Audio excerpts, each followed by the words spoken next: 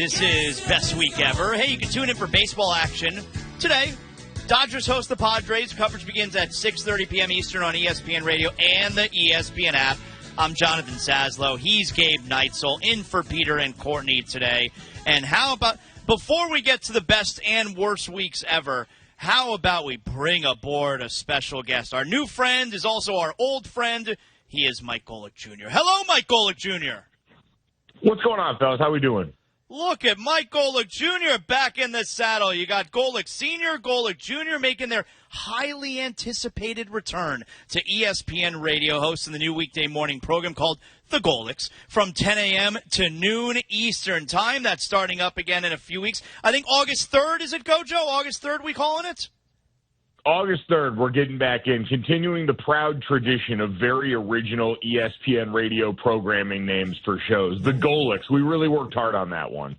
Well, I mean, what time? Where are you right now, Gojo? I mean, you're waking up pretty early to be on with us right now, are you not? I am. So I live out in Los Angeles at this point, and a weird thing has happened since I left ESPN and have now come back this time around is I got really boring. Like, I was talking to Mikey C before we got back on air, 4th of July, thinking this holiday where I used to, go out and try and outdo Joey Chestnut and then stay out all hours of the night. Like, I was at a neighborhood barbecue in the afternoon and then was comfortably in bed by, 9 o'clock at night. Like, I just have nothing left in the tank. I like it. That sounds wonderful to me, actually, Gojo. Tell me, Mike, what was it like the moment that you and your father together decided, yes, let's do this?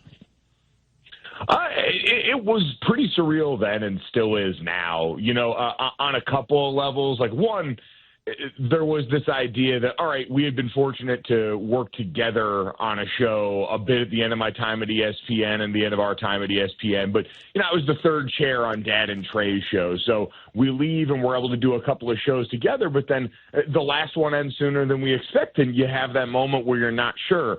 Are you going to get to continue the same opportunity? Are we going to get the chance to, do this on our own terms or go out on our own terms as a show, me and Dad doing it together? And so to have that opportunity to come back and continue to work together, like I said, as I've gotten older, I think I've gotten even more of an appreciation for what that opportunity means, just on the base level, to hang out with my dad for 2 hours a day as life gets busier and people get pulled in more different directions. So that's pretty grounding. And then, to come back to a place where, ESPN and ESPN Radio specifically were so important to my family's life, what, my dad and Greeny were able to do for years as ESPN Radio became this force.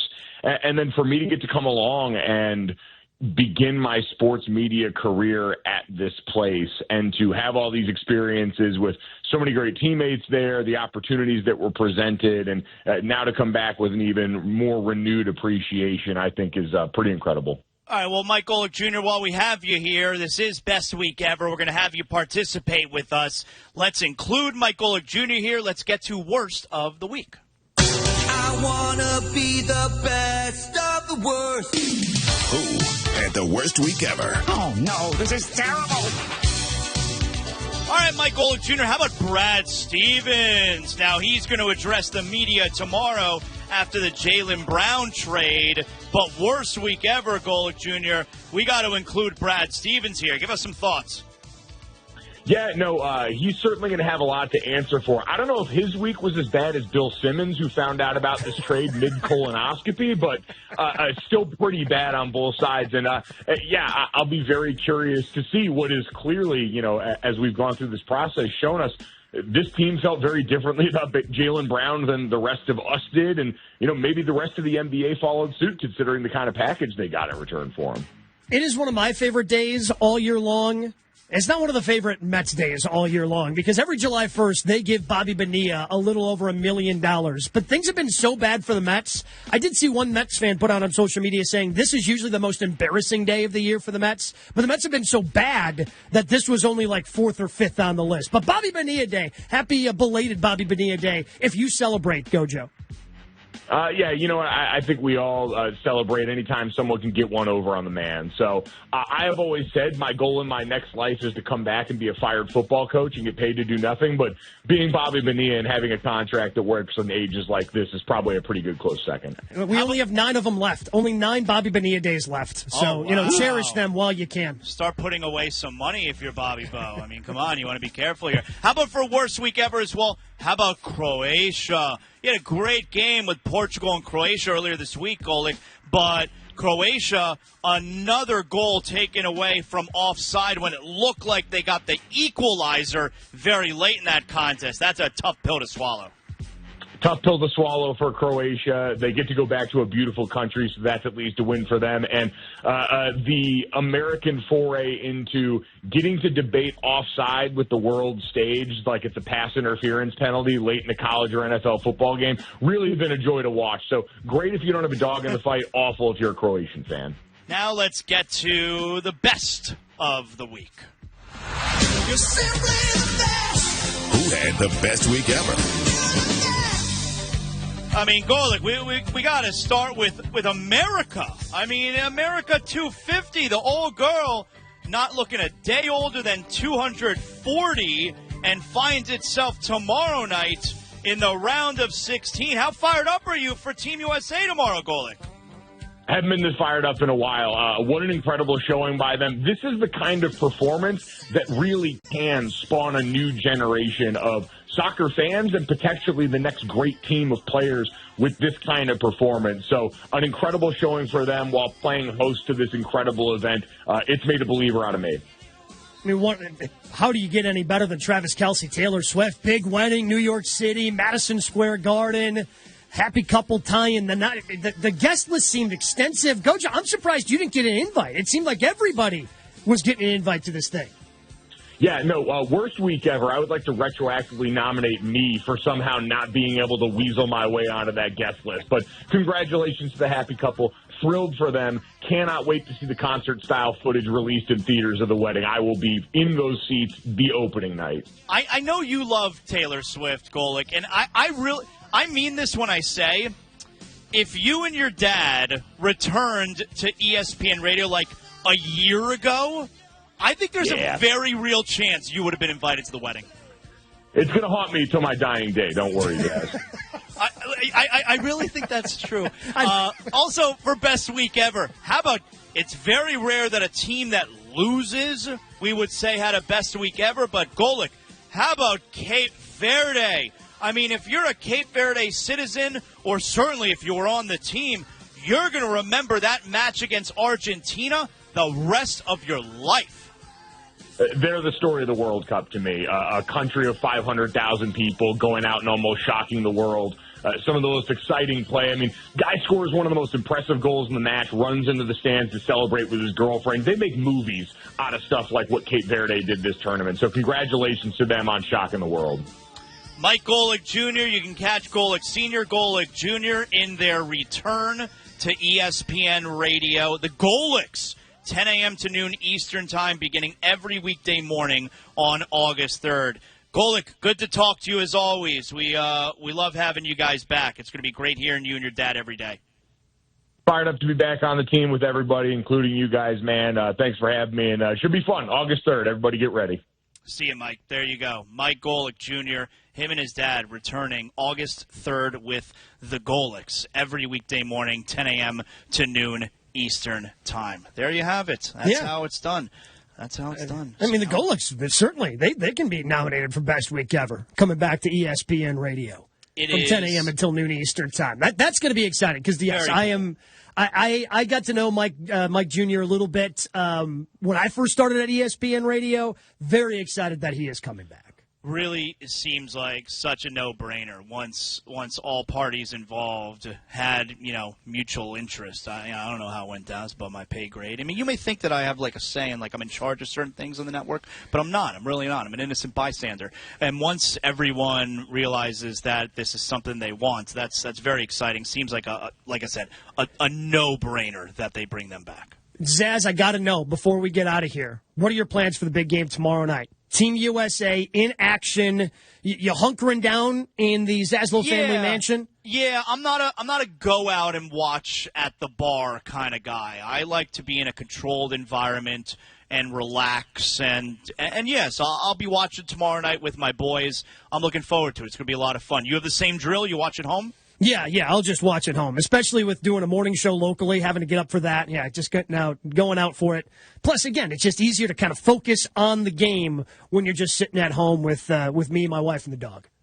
Happy 250 to America. Thanks to everyone for joining us today. For Gabe Neitzel, I'm Jonathan Zaslow. Coming up, Matt and Myron take you through the rest of your Sunday. This has been Best Week Ever on ESPN Radio and the ESPN app. Sunday Night Baseball on ESPN Radio. Heated rivals face off in Los Angeles. The MLB leading Dodgers face Manny Machado and the San Diego Padres. Grand slam for Manny Machado. Coverage begins at 6:30 Eastern with first pitch at 7:20 Eastern on ESPN Radio and on the ESPN app.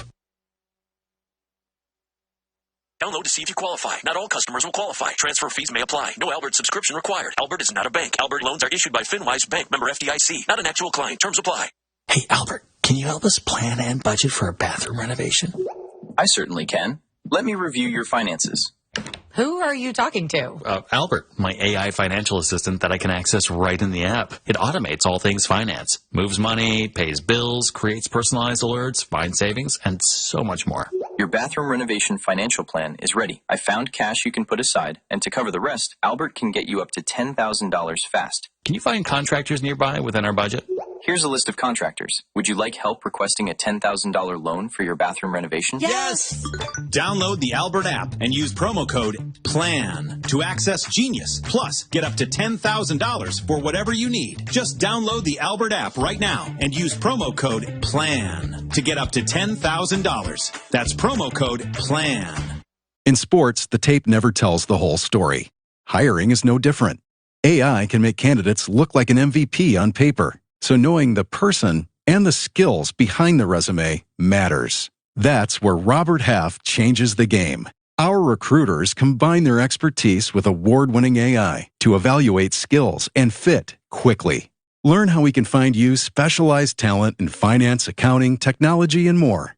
At Robert Half, we know talent. Visit roberthalf.com/talent today. A bandwagon fan.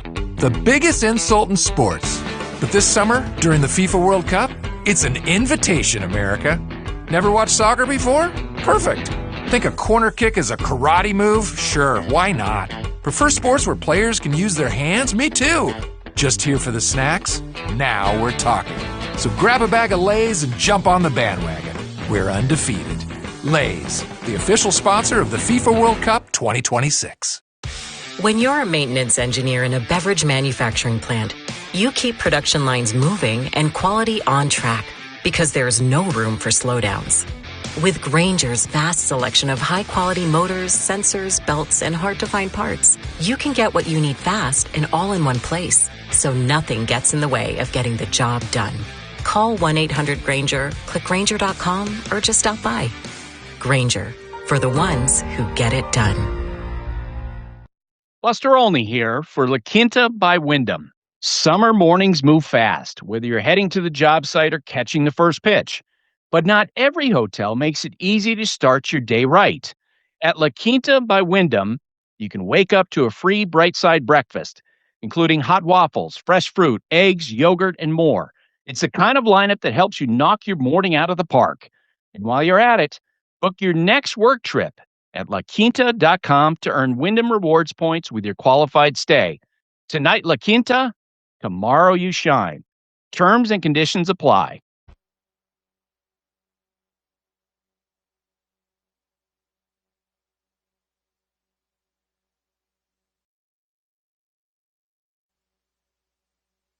This is SportsCenter. I'm Nick DeLuca. Good Sunday morning. Fourth round action continues at Wimbledon this afternoon. 4 seed Jessica Pegula and Iva Jovic in a winner-take-all third set. Jovic taking the first set 6-4. Pegula 6-3 winner in the second set and up a break in the third. 3 games to love in that one.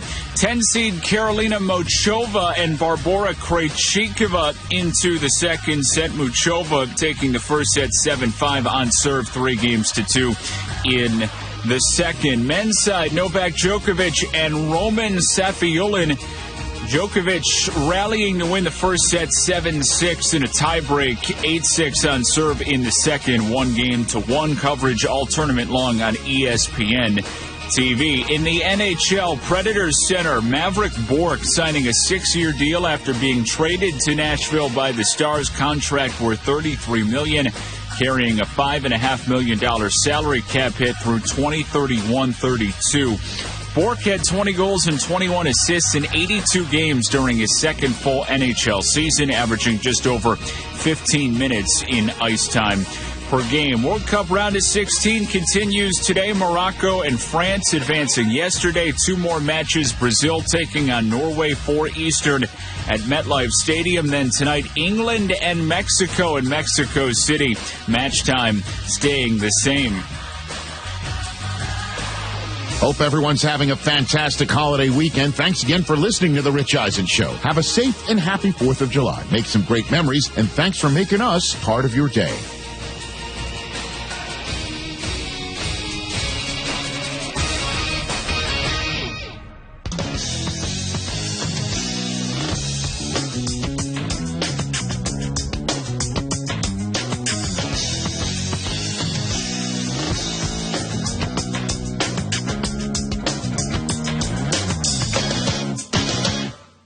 This is Matt and Myron on ESPN Radio.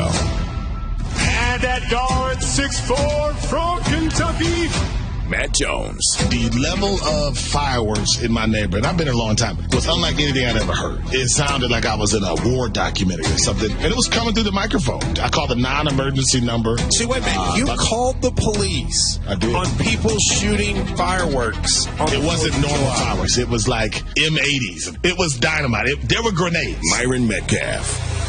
At one point, I think I heard a bazooka. There was a missile launcher. My neighborhood shouldn't sound like a documentary on Nam. It shouldn't sound like I'm taking enemy fire in my neighborhood, in my living room. One person writes, Matt, does he go up to little kids with lemonade stands and ask to see their permits? Don't say it. Y'all are taking it too far. Randy in North Carolina.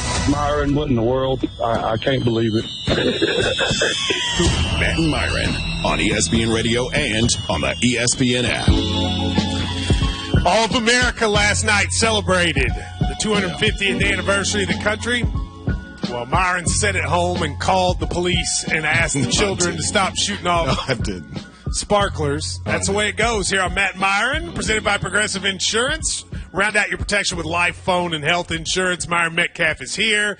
Myron, did you enjoy the fireworks last night? I know traditionally you are not a fan of loud noises. Yeah, I mean, we didn't get a chance to go to the full fireworks. They were canceled because of the weather or delayed. But in my neighborhood, there was a lot of fireworks, and it was cool. I did not call on anybody. I let people have their fun. And it was different. Well, I think you learned your lesson from a couple years ago when you were mocked by the nation for calling the cops on all your neighbors. I want to be sure. If it was like it was then, I would have called again. But it wasn't. Oh, so I have muted. no shame. It wasn't as bad. Wasn't as bad. But because I think people got the message. Okay, they knew. Yeah. Well, that's what they say. That's part of the why you have a criminal justice system is to try to deter crime, and you were able to do that. We are here. It is August. I'm gonna get the month right. July. What day you on, man? 5th, and we have a big announcement here on Matt and Myron. So let's do it off the top. What are we thinking about? I'm trying to think, but nothing happens. Time to find out. This is Off the Top. Flash off the top rope with Matt and Myron. In August of 2018, I received a phone call from folks at ESPN asking if I would be interested in hosting a Sunday morning show with a young college basketball whippersnapper reporter named Myron Metcalf. And ever since then, we have been on this time slot at 8 a.m. for now going close to 8 years. Originally it was Myron and Dan Orlovsky and I, and then it was Myron and Jeff Schwartz, and then Joe Fortenbaugh, and then after a while they just said, you know what, let's just keep Matt and Myron together, and we've done it for 8 years. And this is going to be our next to last show here at 10 a.m. on ESPN, because next Sunday will be our last Sunday morning show. But we're not leaving. You may have heard the announcement that we will be moving to daily. Matt and Myron will move every Monday through Friday.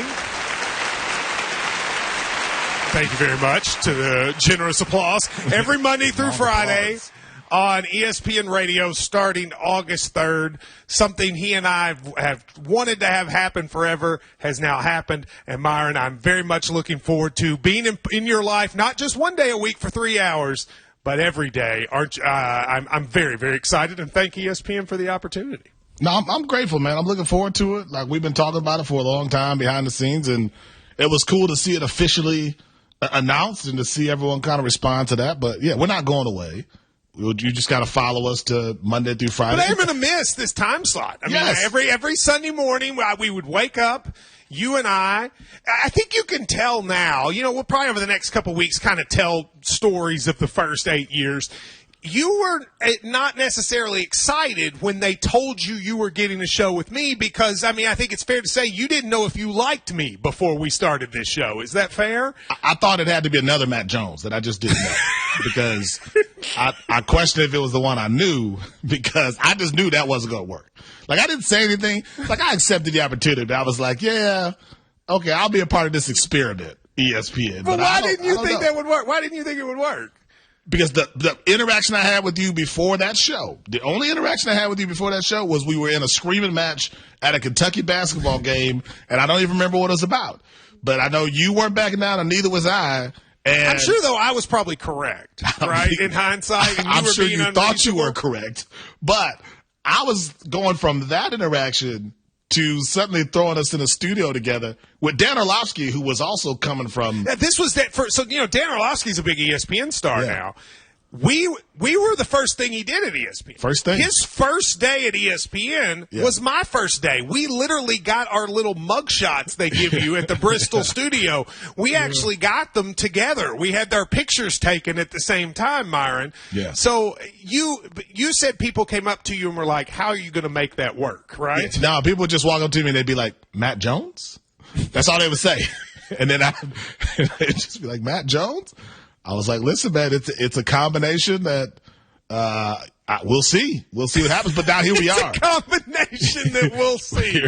Well, and now, here we are. I mean, that's the thing is, like, it worked out. And I got to thank all the listeners, though. Like, we wouldn't get this opportunity if it wasn't for all of our loyal Sunday morning listeners who have just been with us for almost a decade. Like, you got to thank those people more than anybody else, I think. I totally agree. The people who listen to this regularly, and chances are you're listening now or will listen on podcasts, you all are the reason we're going to have that show. There is a consistent amount of people that they see tune in at this time to listen to us, download the podcast, and that write in, call in, and now we move to the afternoons. And we'll talk more about it next week. We will relive some of the best moments of the last 8 years. But I want to thank everybody. We are looking forward to it. And, Myron, I want to thank you for showing up here. You know, you've been on vacation on and off for the last 20 weeks. And you went to Disney is what I hear. Wait, Matt, right? I have a very important question I've been waiting all week to ask you. All right, with this very big, very great announcement, are you getting an ESPN email? Do we finally work this out? Yeah, I still have no way to log into the ESPN system, and I do not have an email yet. Now, they've told me I'm going to get an email. I got my first letter from ESPN with my name on it this past week, which was exciting. It said that I had benefits. I didn't know that you could do that with a company. I'm looking forward to that. But I don't know any details of that yet. But I do hope to have an ESPN. If they're going to give you the one you already have and can't get into, or if they just don't know you have one, so you're going to get a second one. He might have two, and then also they're going to put you through rookie camp. Like, you got to go. What does that mean? What, I have to go to OTAs? Every new employee has to go through, like, what they call the ESPN orientation. Oh, really? What is that? Do we sing Kumbaya? No, I didn't get to go through it, so maybe I'll join you, Matt. I was the last one before COVID hit, and that was pretty exciting. Some of the greatest things you'll ever do. Yeah. Well, I'm looking forward to it. But yes, I hopefully will have the email. And then one of the things I might get to do is what you did, Myron. You get to go to Disney, right? You did that. Oh yeah, Disney. Went to Disney. It's cool when you walk up to Disney, and they don't, they say, "Are you a cast member?" So you're like them. So you show them your badge, and they go... They think you're a cast member. You are a cast member. And then they say, where do you make your magic? And then I'll be No, like... they do not say, where do you make your magic? 1,000%. Rachel can back me up. They'll say, where do you make your magic? And you have to make sure you tell them, like, ESPN in Connecticut, or they think you're talking about, like, the sports complex in Orlando. They don't necessarily know. But so I had to explain to them, like, ESPN, like, oh, what do you do? Told them, yeah, sports radio host, college basketball report, all that. But it's every person you meet from Disney will say, oh, where do you make your magic? So you feel really special. Is that what I need to start going up to people that are other employees and say, where do you make your magic? If you go to Disney, they're going to ask you. But yes, that's how we talk in the Disney family. But I kind of want to do that too. Like, I'd like to go up to Seth Greenberg and go, where do you make your magic? I don't know if it works as much in Bristol, but if you go to Disney, that's how we talk in Disney. Hey, George Stephanopoulos, where do you make your magic? That's what you say. That's how people talk. Where do you make your magic? You're a cast member. You show your badge. You walk through. It was a really, really cool experience. And I watched World Cup with fans from all over the world. And I'm a World Cup guy now. I'm a soccer guy now. Did you ride the Simpsons rides? They have those there. I don't do rides. But my kids do a bunch of stuff. No, I haven't been on a roller coaster since I was 16. My kids do everything, but I don't do. I haven't been on a roller coaster since 16. What do you do at Disney if you're an adult that doesn't ride rides?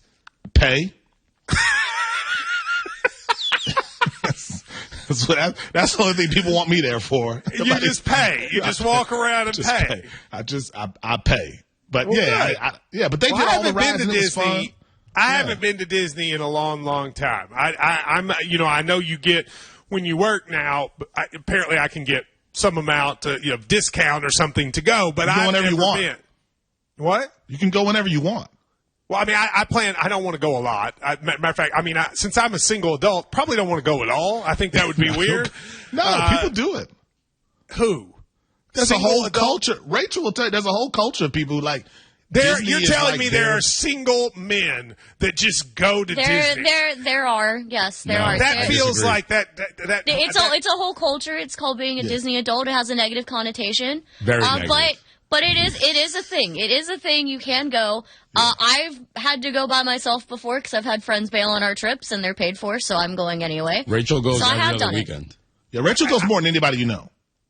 Okay. Well, I'm not doing that for the record. Okay. Just so people know, don't be putting on the internet Matt Jones is going to Disney by himself. I'm making no magic. I'm staying right here to get ready for our August 3rd show and our debut. It is ESPN Radio, Matt Myron. There's a lot to get to.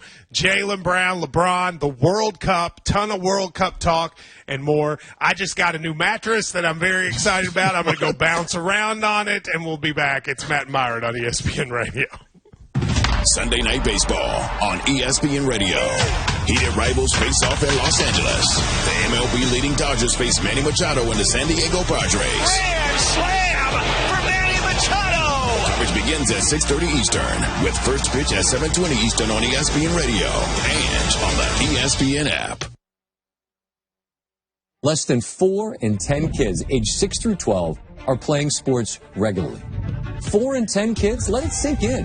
Just 4 in 10 kids. ESPN is building a nationwide coalition powered by Disney called Take Back Sports, with the purpose of training more coaches, expanding access, and creating community-driven sports programming that puts kids and fun first. We're working on that story. We hope you'll join us. Visit takebacksports.org to learn more. Every 40 seconds, a child is reported missing. Find the Children is a nonprofit organization dedicated to helping find missing kids. You can be a part of their mission by donating your unwanted car. Call 1-800-294-0222. You'll receive the maximum tax deduction, and we provide fast, free pickup. Call 1-800-294-0222. Donate your unwanted or unused car. Call 1-800-294-0222. This advertisement was paid for in partnership with Cars R Us and Find the Children. As a small business owner, you know that time is money. Gusto can give you time back. 2 full days every month, to be exact. Gusto is an all-in-one, remote-friendly, and incredibly easy-to-use payroll and benefits platform. You can get unlimited payroll runs for 1 monthly price with no hidden fees or surprises. The other guys, they'll charge you per payroll run. Switch to Gusto now and learn why over 500,000 small businesses trust Gusto. That's GUSTO.com. That's gusto.com to learn more. I like things my way. My coffee, my schedule, and my treatment. So I talked to my doctor about self-injecting with the Vyvgart Hytrulo pre-filled syringe, which contains F-gartigimod alpha and hyaluronidase QVFC. It's injected under your skin, subcutaneously. It means I can inject in my space, on my time. It's my treatment, my way. Visit VyvgartMyWay.com. That's VYVGART MyWay.com. And talk to your doctor about Vyvgart Hytrulo. Brought to you by Argenix. When it's time to scale your business, it's time for Shopify. Get everything you need to grow the way you want. Like, all the way. Stack more sales with the best converting checkout on the planet. Track your cha-chings from every channel, right in one spot. And turn real-time reporting into big-time opportunities. Take your business to a whole new level. Switch to Shopify. Start your free trial today. As families head into summer travel season, there's one thing many people forget to plan for. What happens if someone gets sick when you're away from home? Joining us now is Dr. Peter McCullough with some smart ways to be prepared before summer begins. Doctor, summer is supposed to be relaxing, but travel can come with surprises. So why is summer a time when families should think ahead medically? Because there's always stress about getting sick on a trip and then ending up in the urgent care. What are some of the most common issues that families will run into during these summer trips from a medical standpoint? Various forms of food poisoning or traveler's diarrhea, getting viral upper respiratory tract infections that get too far along and they become a bacterial secondary infection like a bronchitis. Then, of course, usual things like bladder infections, yeast infections. So what do you recommend people do before they leave on their trip? Everybody should consider having a medical emergency kit. Nowadays, we can pre-prescribe medications, cover dozens of illnesses ahead of time, and then people can be ready to go if something does happen. We have a guidebook as well as telemedicine available to get help when you're away from home and avoid the urgent care. So it's really all about preparedness. Rational readiness. And remember, other things can happen. Wounds, insect bites, poison ivy. We should all be prepared. Bottom line, summer goes smoother when you prepare before you pack. Dr. McCullough, thank you so much. To learn more, visit urgentcarekit.com. Use the promo code SMALLS to save $45 on your medical emergency kit.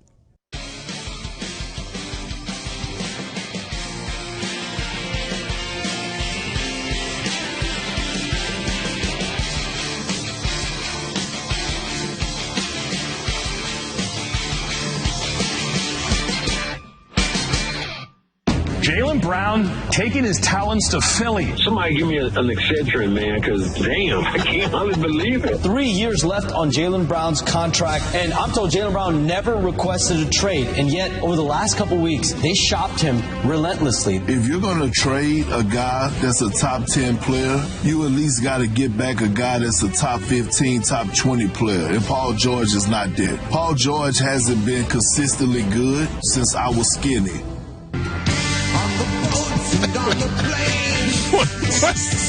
I'm sorry, I didn't know Kendrick Perkins said that.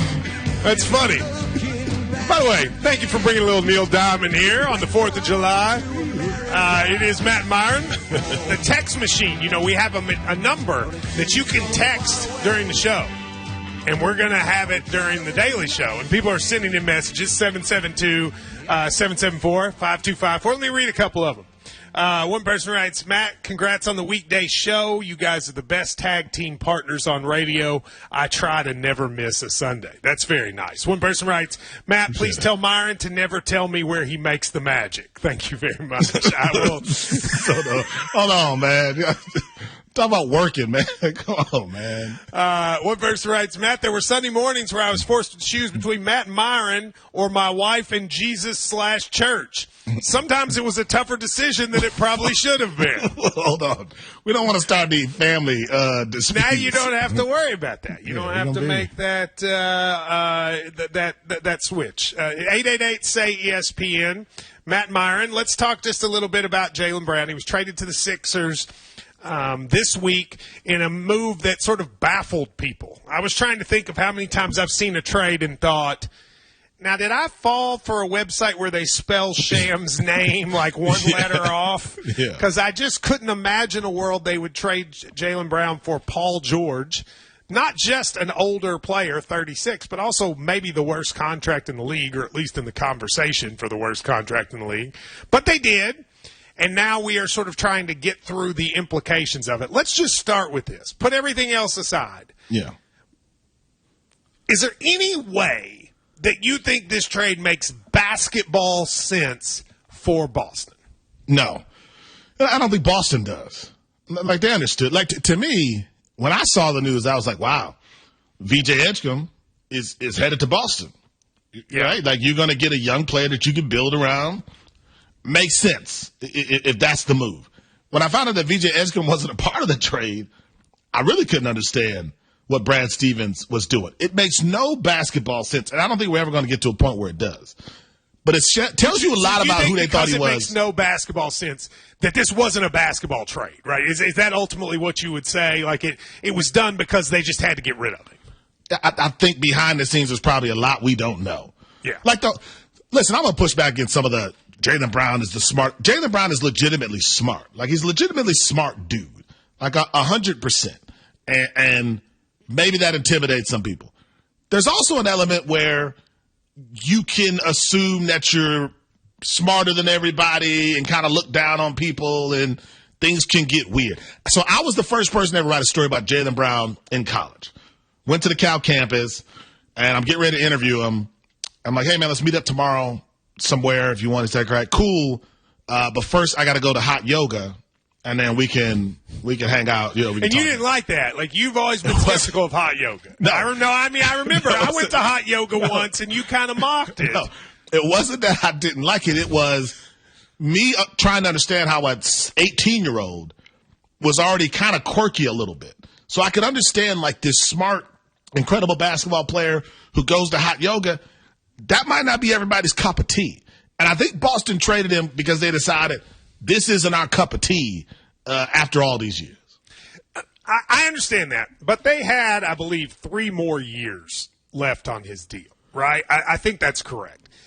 I've never understood this idea in the NBA that if a guy's unhappy, Myron, you have to get rid of him.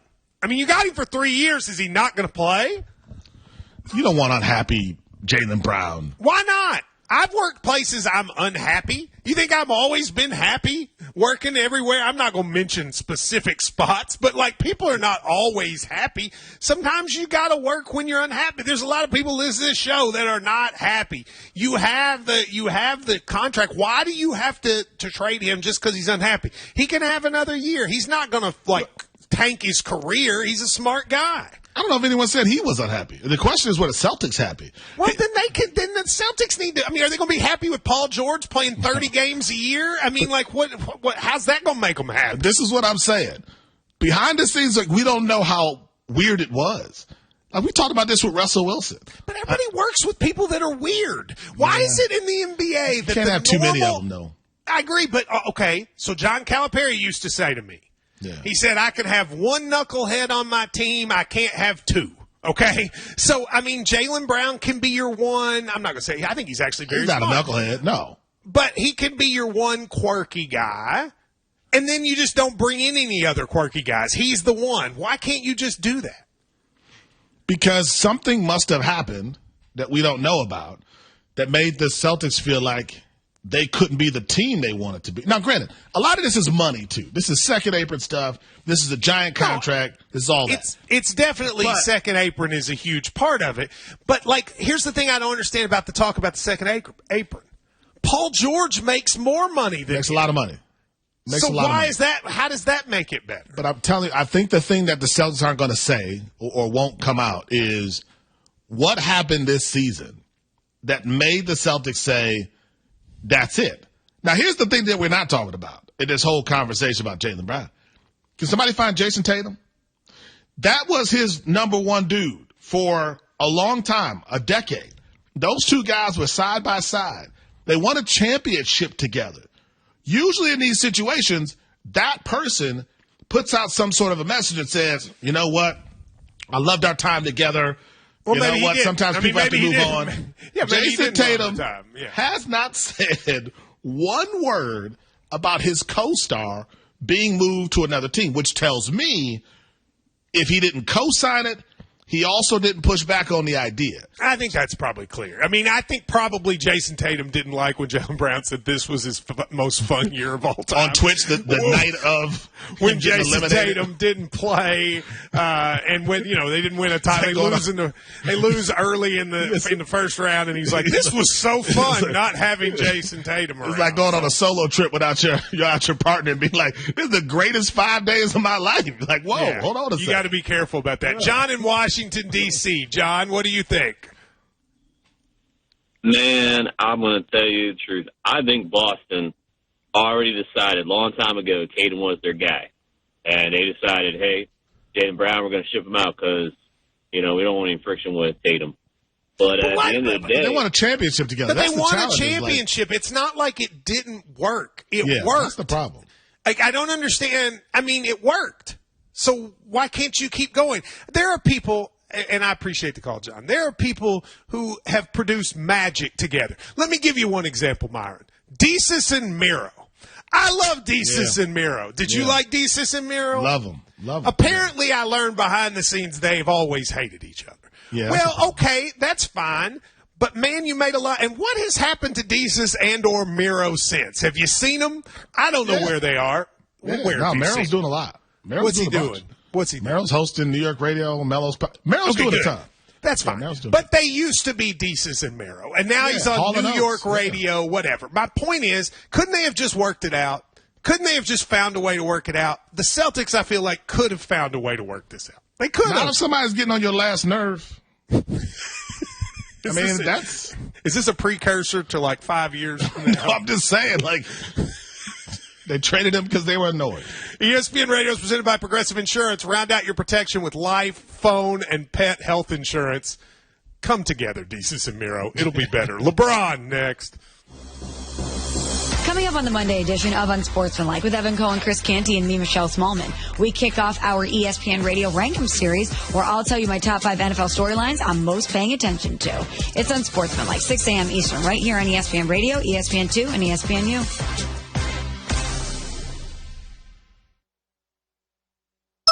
We expect our information in real time.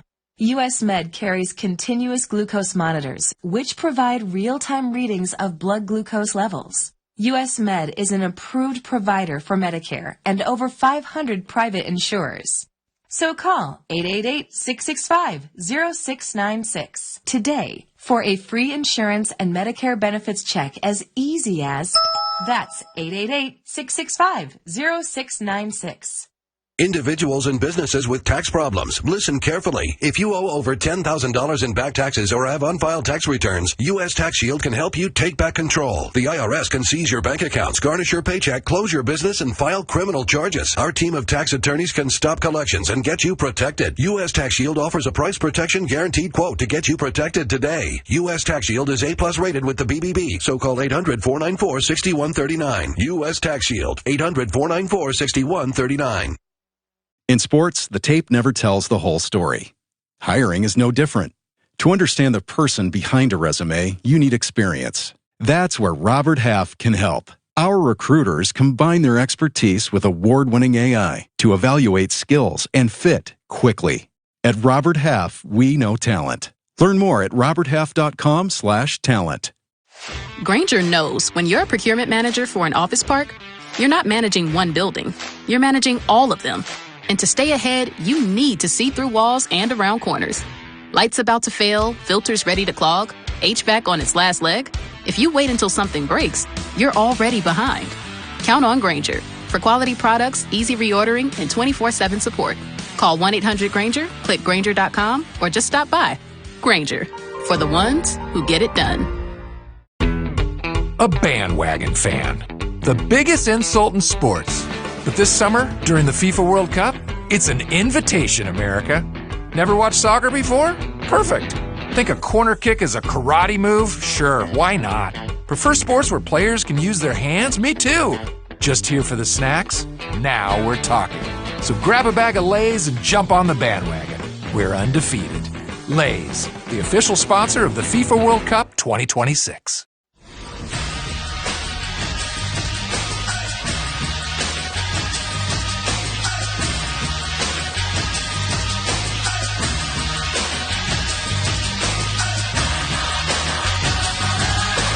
This is SportsCenter.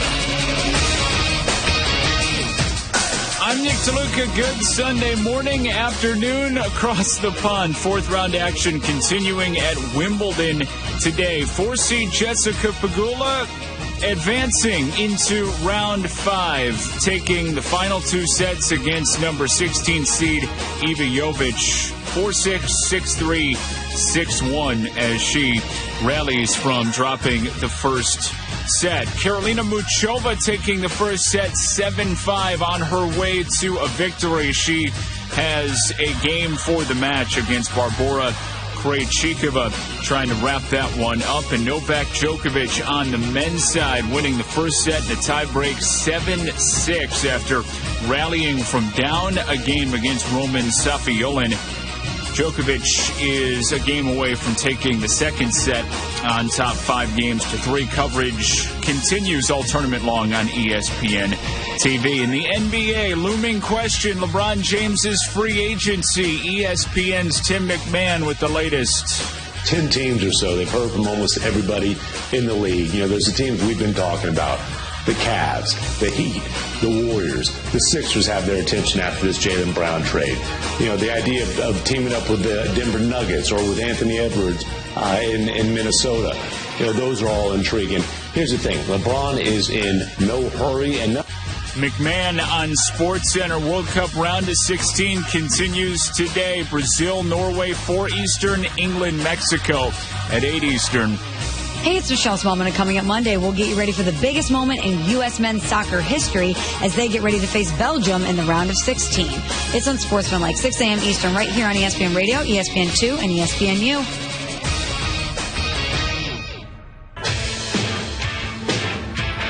Oh, yeah. And the sun crashes down and it hurts inside. That's right. The Hulkster. It's Matt Myron on ESPN Radio. There's other patriotic songs.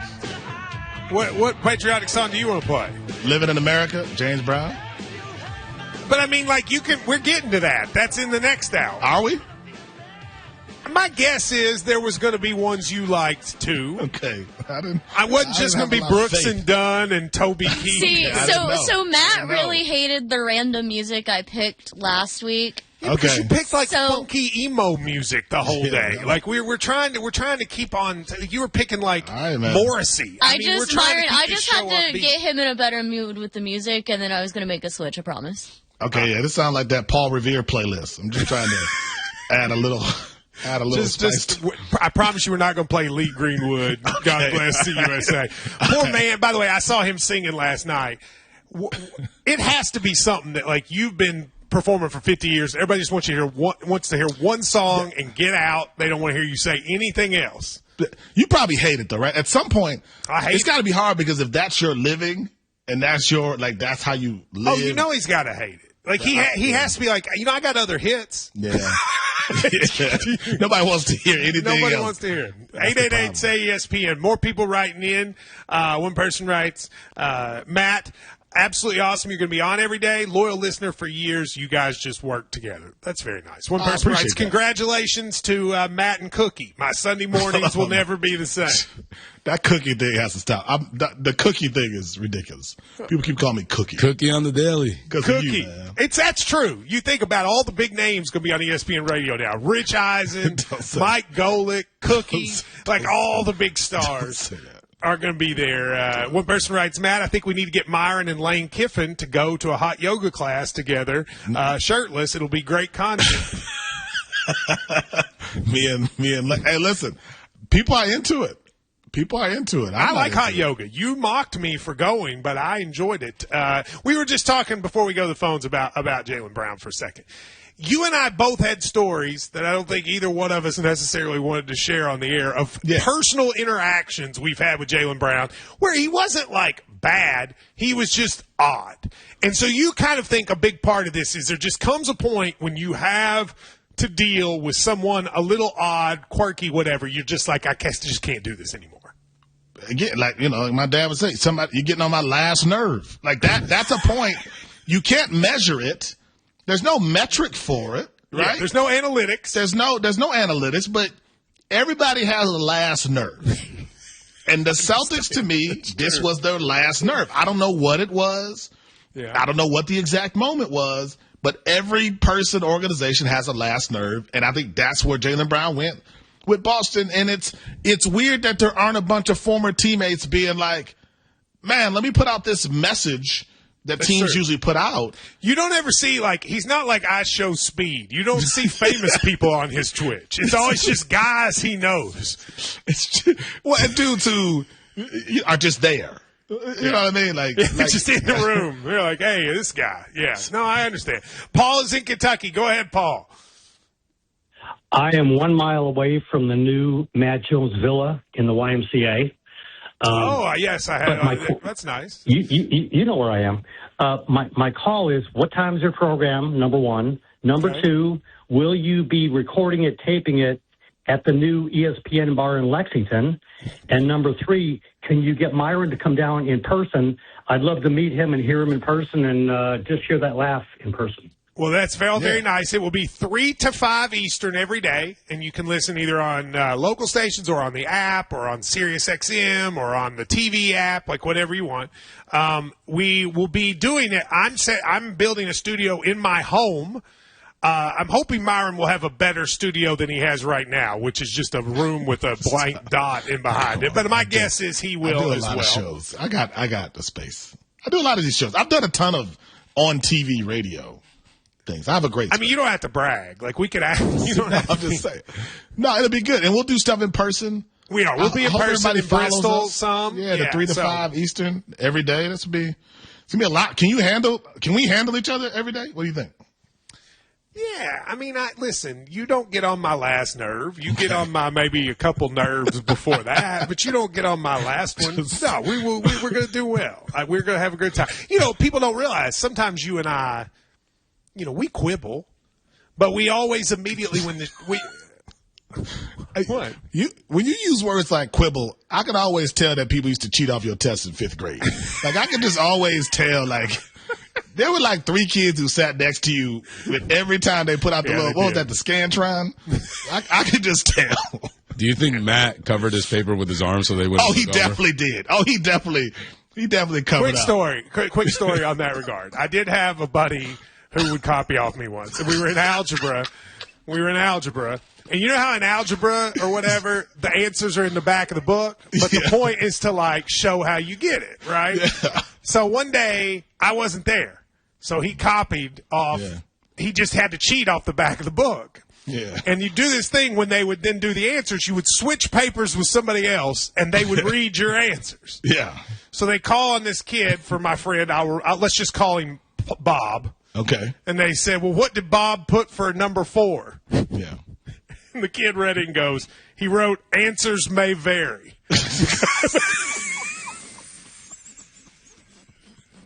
Now, that's how you know somebody's cheating. That's how you know. When they wrote from the back of the book. That's the ultimate. Answers may vary. That's the ultimate. So, Anthony in Boston. Go ahead, Anthony. Summer radio. Hey, what's up, fellas? Hey. Hey, listen. It's kind of weird how someone being grounded, humble, and focused in life is considered being off. I don't usually agree with Matt, but he was right, man. This trade was a trade where it was like they didn't care what they got back for him. He just had to go.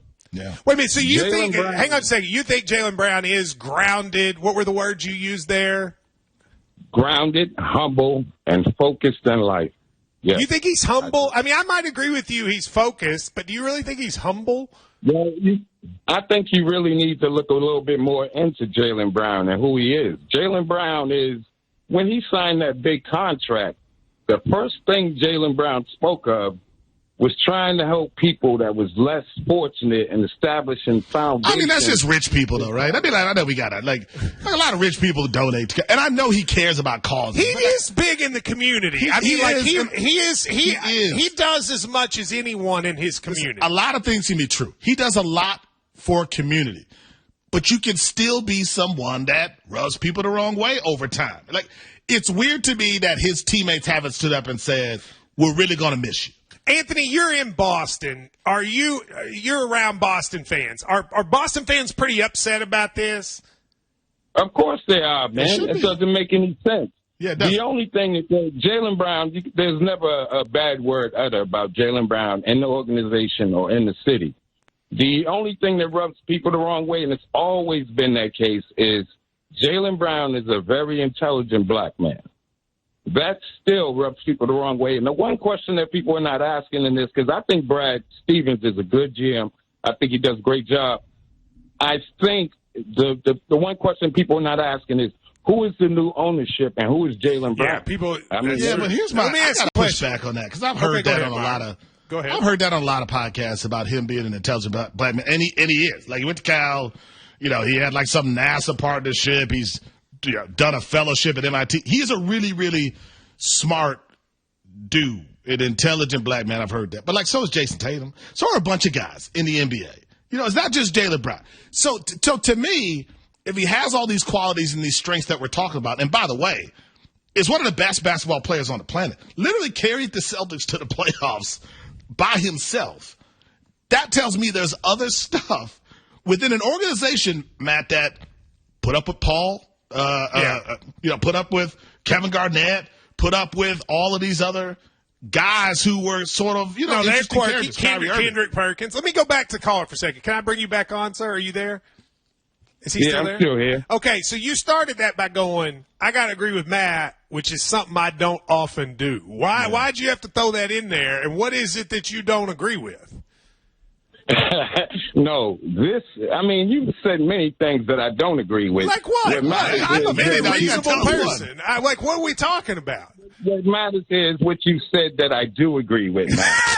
and that's that the Celtics, this situation, the way they traded him. I've got your opinion on that. I think you just threw that in there, and you don't even have anything you disagree with me on. You just had to throw that in there. I appreciate the call. Let's go to Trey in Albany. Trey. Yeah, love the show, guys. I wanted to say, when it comes to the trade about Jaylen Brown, first of all, the trade that they got back really went down because once they knew that Boston was shopping Jaylen Brown for Giannis' trade, they were going to get back, was going to be messed up anyway. Yeah. Number two, when it comes to the analytics, Boston is a very analytical team. So they see Jaylen Brown at the price tag and don't see it being as much as worth for that price tag what he brings to the table. Which is crazy if that's the case, because he literally carried the Celtics to the playoffs by himself. I'm glad you brought that up. What do you think about the random GM who said to, I think, I don't remember, one of the reporters, said that he's the 7th best player on the Celtics analytically? What do you think about that? That's nonsense, isn't it? Like, I know a lot of NBA scouts, executives, some GMs that I've talked to. It doesn't seem real to me unless your goal was to try to change the narrative about the trade. Nobody actually believes he's 7th best. Okay, so you think that's just kind of hokum? Nobody believes that. Okay, he literally carried them to he was the Finals MVP when they won the championship. Like, the talent is not the conversation here. Like, anyone saying that the talent is dreaming. It's the other stuff, which we may not know all the other stuff. I don't know why he had to say, I don't normally agree. I bet he and I agree. Like, I'm on his side on this one. I don't know why that guy had to say that. Yeah, I don't know, man. This was sports. Agree with you. Yeah, not just because they want to be nice to you. This was SportsCenter, a new interview podcast from Rich Eisen featuring SportsCenter legends. Is available now on Disney Plus, the Rich Eisen Show YouTube channel, and all podcast platforms. This was SportsCenter is presented by Gusto. You can check it out. A lot of good episodes out there. We'll take a couple more calls. We're going to do a little World Cup. Myron's into it. So am I. You need the videos this morning from Cape Verde with the players returning home and the heroes welcome they're getting. If you haven't seen those, you got to look them up. The feel-good story of the year. That's all next here on Matt and Myron. Coming up on the Monday edition of Unsportsmanlike with Evan Cohen, Chris Canty, and me, Michelle Smallman, we kick off our ESPN Radio Rank'em series, where I'll tell you my top 5 NFL storylines I'm most paying attention to. It's Unsportsmanlike, 6 a.m. Eastern, right here on ESPN Radio, ESPN2, and ESPNU. As a small business owner, you know that time is money. Gusto can give you time back. 2 full days every month, to be exact. Gusto is an all-in-one, remote-friendly, and incredibly easy-to-use payroll and benefits platform. You can get unlimited payroll runs for 1 monthly price with no hidden fees or surprises. The other guys, they'll charge you per payroll run. Switch to Gusto now and learn why over 500,000 small businesses trust Gusto. That's GUSTO.com. That's gusto.com to learn more. I like things my way. My coffee, my schedule, and my treatment. So I talked to my doctor about self-injecting with the Vyvgart Hytrulo pre-filled syringe, which contains F-gartigimod alpha and hyaluronidase QVFC. It's injected under your skin, subcutaneously. It means I can inject in my space, on my time. It's my treatment, my way. Visit VyvgartMyWay.com. That's VYVGART myway.com. And talk to your doctor about Vyvgart Hytrulo. Brought to you by Argenix. Buster Olney here for La Quinta by Wyndham. Summer means travel. And for a lot of people, that includes their 4-legged MVP. Mine is a yellow lad named Quinny. But finding a hotel that actually welcomes pets can feel like striking out. At La Quinta by Wyndham, pet-friendly stays are part of the game plan. So you don't have to leave your best travel companion behind. You can bring them along for every inning of the trip, because the road is better when the whole team's together. And when you book at LaQuinta.com, you can earn Wyndham Rewards points on your qualified stays along the way. Tonight, La Quinta. Tomorrow you shine. Terms and conditions apply. When it's time to scale your business, it's time for Shopify. Get everything you need to grow the way you want. Like, all the way. Stack more sales with the best converting checkout on the planet. Track your cha-chings from every channel, right in one spot. And turn real-time reporting into big-time opportunities. Take your business to a whole new level. Switch to Shopify. Start your free trial today.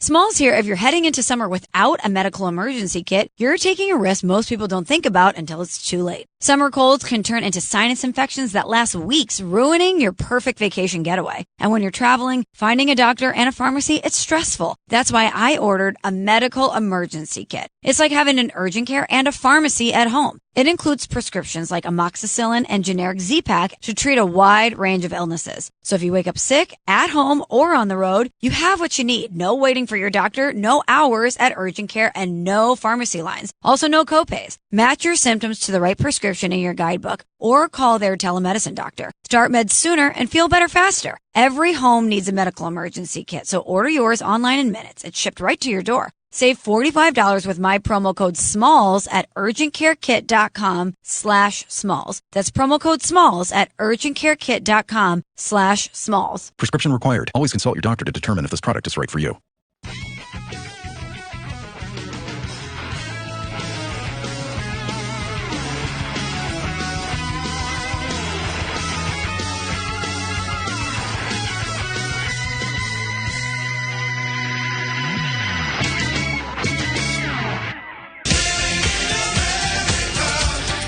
Matt Myron here on ESPN Radio, presented by Progressive Insurance. Myron and I were having an argument during the break. I do want to extend in here. I had a mattress delivered this morning, which surprised you, Myron. You were surprised that they would deliver a mattress at 9 o'clock on a Sunday morning. I just think it sounds like it's off the books. Like, nobody's delivering on 4th of July weekend on a Sunday morning. I mean, like, not an official company. Terrence and JoJo will. But this was official company. They're not with anybody. Mattress company. They're not getting benefits. You know what I mean? Like, nobody on the actual payroll is doing that. So then you asked me what I tipped them. Yeah, what did you tip them? I forgot to tip them. I didn't think about it. No, I mean, I feel bad because I'm a big tipper. I feel bad because he did linger a little bit when he said goodbye. And now that I'm thinking about it, he was waiting for the tip. Now that I'm thinking about it, he might have been waiting, and I didn't realize it because he did linger. They delivered the day after a holiday in the morning, and they didn't get a tip. They're talking about you right now. Yeah, they should be. So I feel bad. I may have to find these guys. I've got a little survey. I'm gonna put on the survey. Can I give them a tip? You asked. You said, what do you tip them? Yeah. And you said to tip them $5 each. That's even worse than not tipping them. 10 a piece. They're just carrying something. Now, if they got to like I've had refrigerator, dishwasher, things like that, where you've got to do some installation stuff. That's more. But if you're just carrying it into the house, I mean. See, I would have given them 25 each. You would only give them 10. Well, then, to me, here it's all a scale. If you give those guys 25, then what are you giving a guy who brings in a new oven and has to connect it to? They don't know each other. I'll give them both 25. I don't have to differentiate. Oven guy's worth way more than mattress guy. Mattress dude is just bringing it in, setting it down. Oven guy has to connect it to your gas light. Like, oven guy's got to do real stuff. Way more important than the mattress dude. Well, in theory, I would have given him 25. I actually gave him 0 because I forgot. You gotta find them. I do need to find them because I feel bad about it. Before we get back to phones, Travis Kelce got married to Taylor Swift. It was a who's who of wedding people. A lot of people have focused on the actress, actor, musician side. This is a sports show. I want to focus on the sporting people that got there. I was fascinated by who got the invites. All right. Yeah. First of all, a lot of NFL people, you would expect that. Travis played. He apparently gave general invites to his whole team, which is very nice. How about that? We wondered if he would do that. He invited the whole team. Do you think he invited the practice squad? Probably not. Probably not. So you have to make the 53-man roster. You think, or 43? You got to make it to get there, right? Well, and there's some third string guys who he just forgot their names. Oh, you don't invite the third string. He may have intended to, but I don't. He didn't send out the invites personally. Okay, let's go over some other people from ESPN. Stephen A. and McAfee got invited. That's good. That. Yeah, that's good. Didn't get to the weekend show. More of a weekday show invite, Myron, right? Not the weekends. Yeah. Is that fair? Yeah, I think he's. And I get you invite Stephen A. and McAfee, the big. Okay. The big titans of the. Joe Buck invited. I saw good. Greg Olson and Kevin Burkhardt invited. Good. Here's the one that shocked me.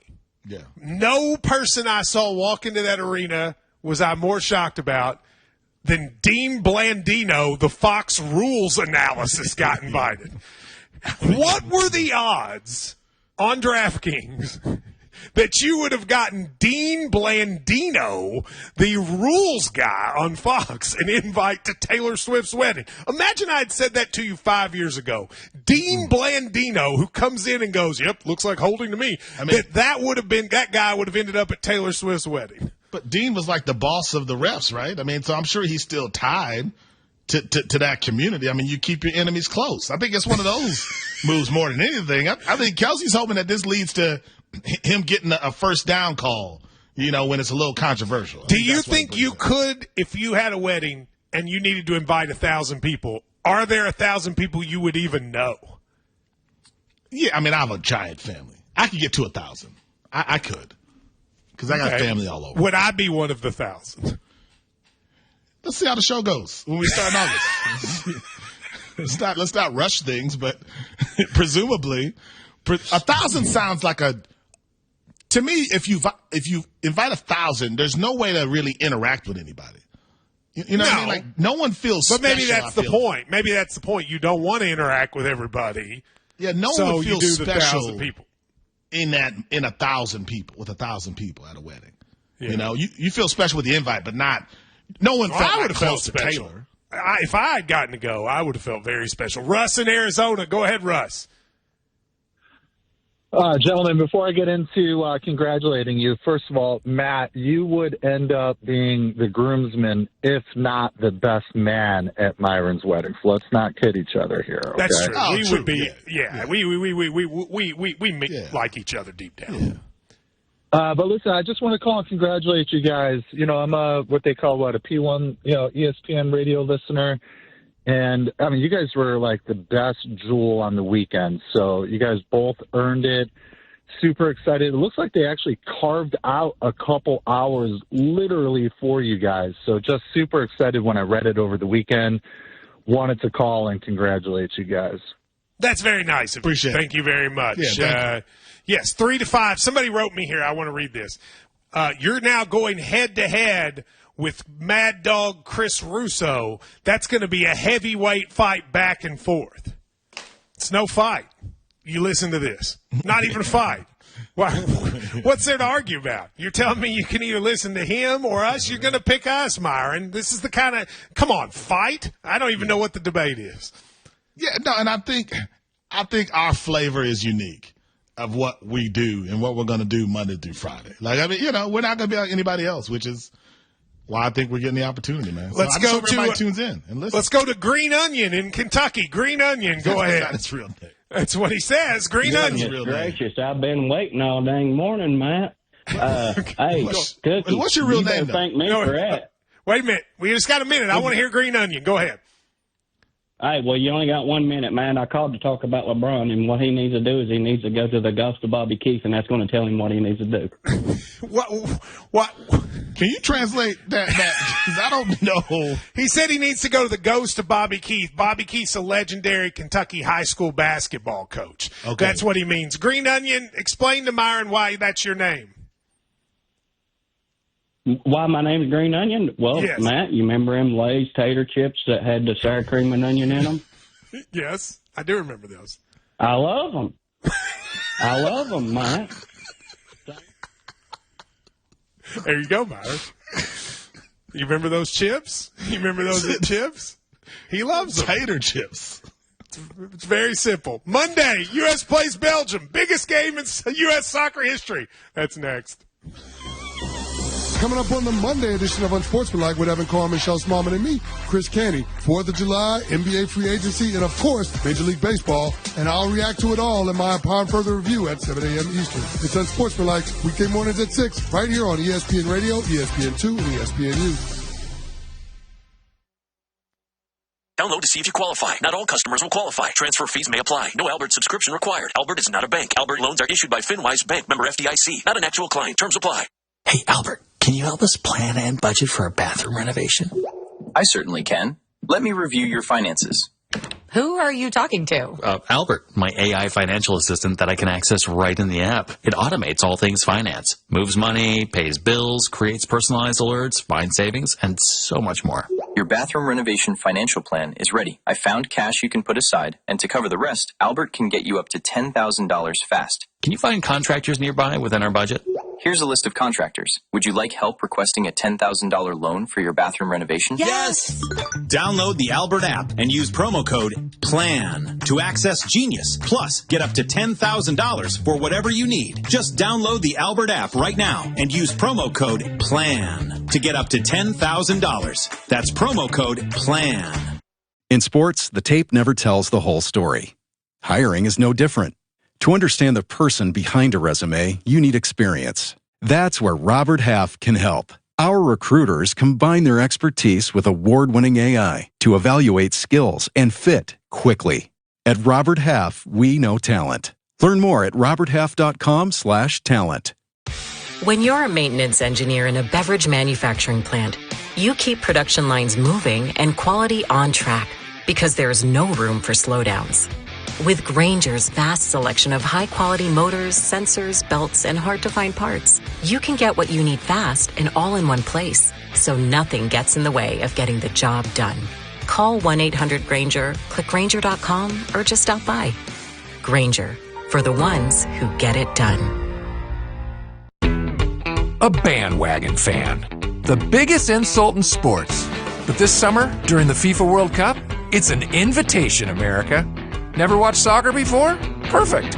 Think a corner kick is a karate move? Sure, why not? Prefer sports where players can use their hands? Me too. Just here for the snacks? Now we're talking. So grab a bag of Lay's and jump on the bandwagon. We're undefeated. Lay's, the official sponsor of the FIFA World Cup 2026. No days off when you love what you're doing. Sundays are the best day of the week because you're just one day away from First Take returning Monday, 10 a.m. Eastern on ESPN. On the ESPN app.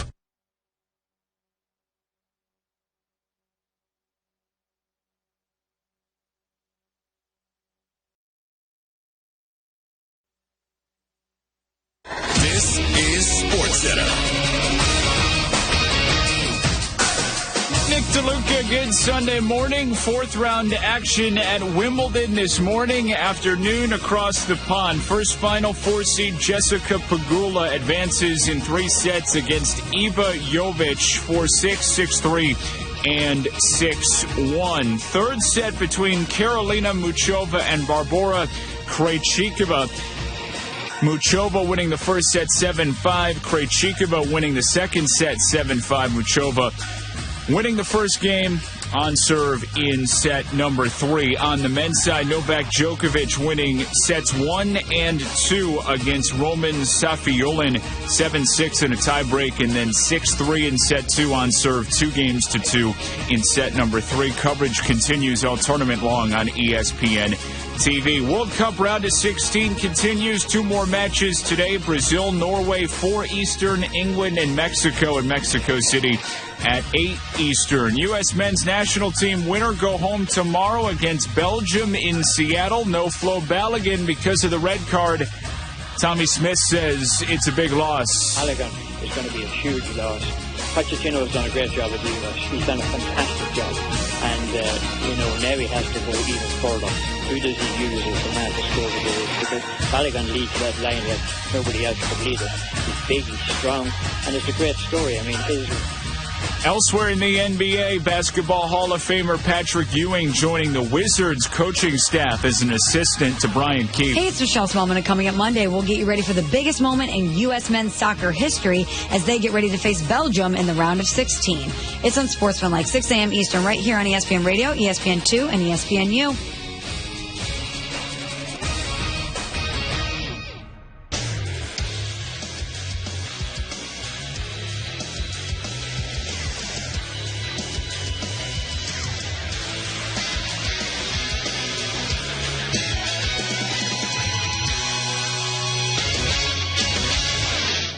This is Matt and Myron on ESPN Radio.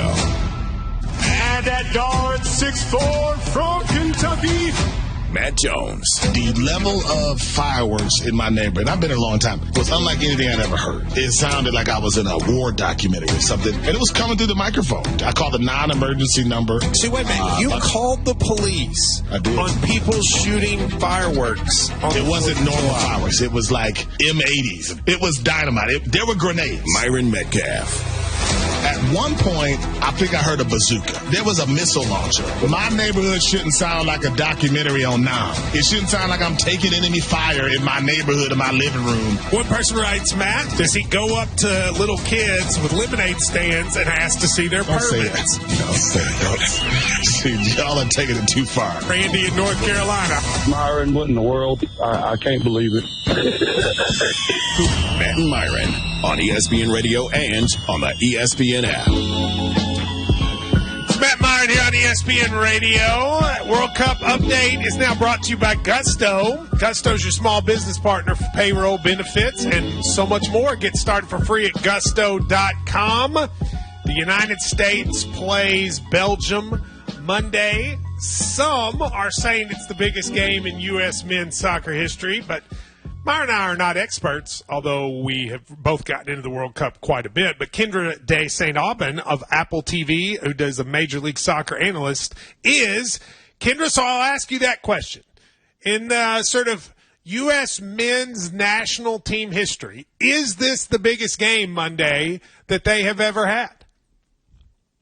I think it's the biggest game they've ever had because of the quality of the team and being on home soil. It feels like there's a higher expectation. The knockout round and the round of 16 is nothing new for this United States team. That's not uncharted territory, but I think the expectation is so much higher. So this is going to be a massive opportunity for them to take hold of the whole energy that's going on about this World Cup and about this men's national team in North America. So, yes, I would agree with you 100%.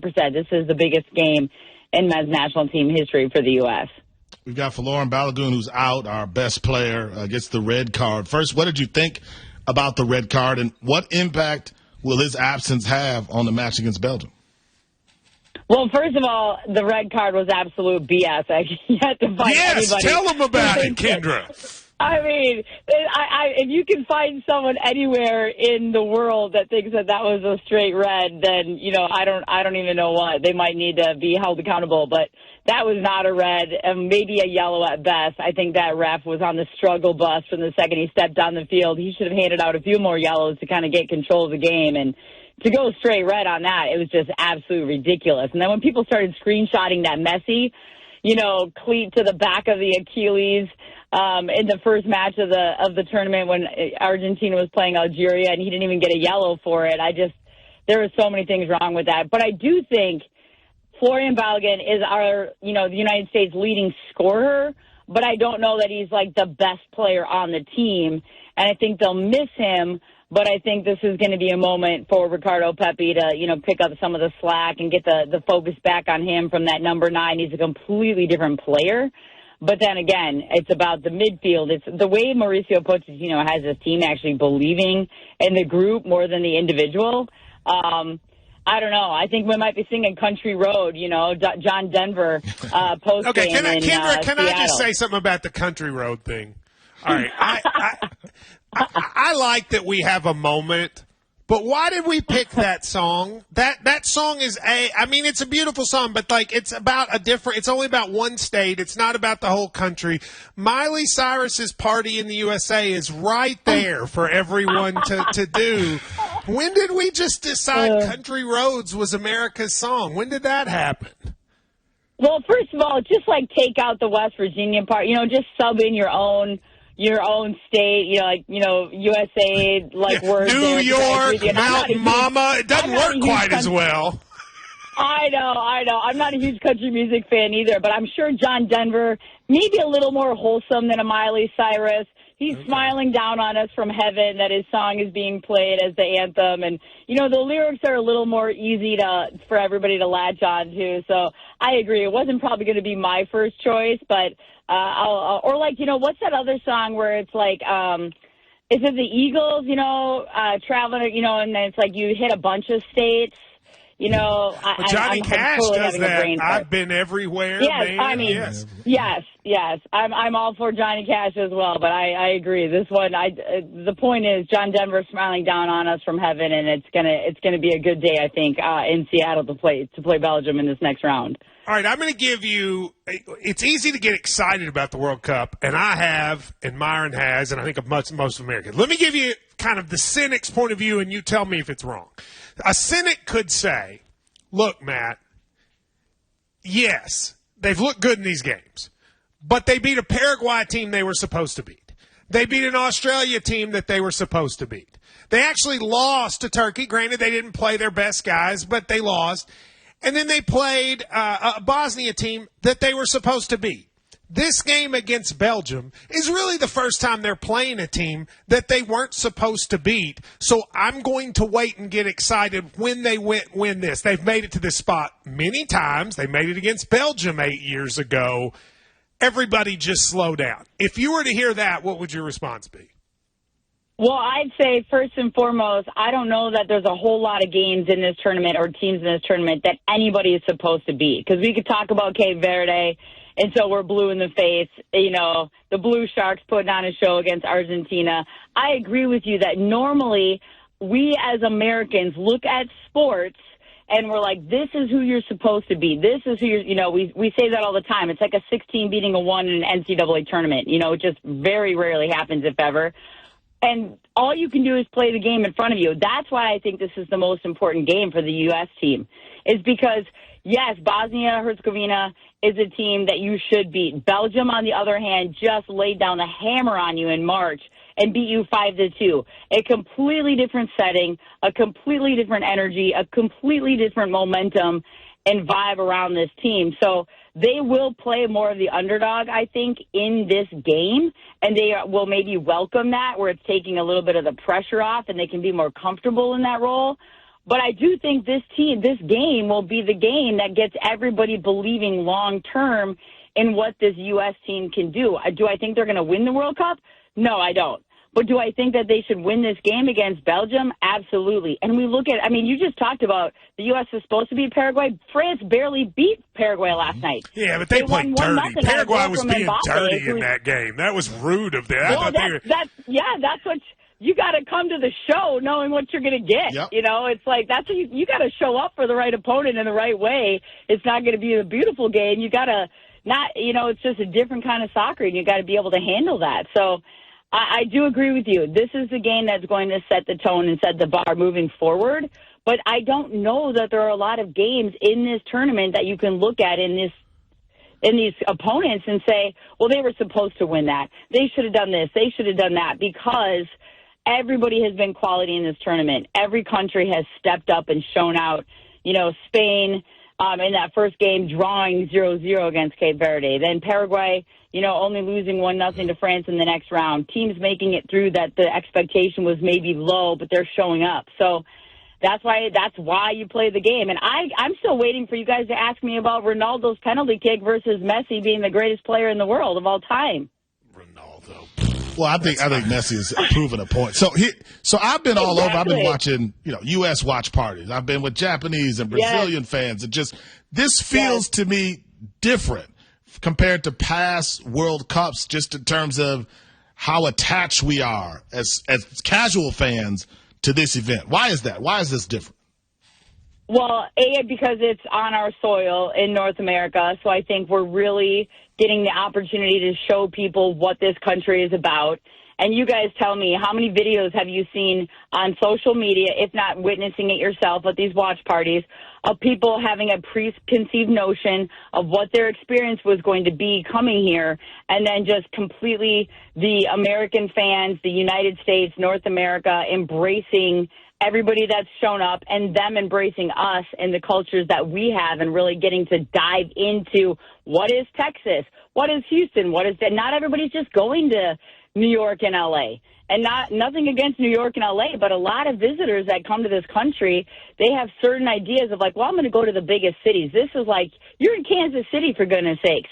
You know, where's the best barbecue? What am I eating? So I just feel like there's a different level of appreciation for fans that are coming here and making the trip, and vice versa, those fans embracing the whole United States and not just what they're getting fed in whatever country they live in about the media and about, you know, politics and things like that. So I don't know. I've been preaching to everybody that I know, like, if you can't make it to a game, go to a watch party. You are going to love it. You're going to embrace it. You're going to be surrounded by happiness and joy. The security guys and women at these watch parties, they don't have to, like, head on a swivel. They're like, oh, everybody's having fun. Everybody's cordial. Everybody's respectful. Looking around, it's been next level, and I'm so happy that it's gone this way, because I think it does everybody a whole lot of good in the whole world. You know, it's like we're singing Kumbaya over here. Maybe that should be the anthem that we sing. Roads, which is much worse. Kendra, thank you very much. Great stuff. Kendra Day, St. Aubin, Apple TV, MLS analyst. Enjoy the game Monday, and we will talk to you soon. Awesome. Thanks, guys. Appreciate it. Have a good weekend. I went spot on.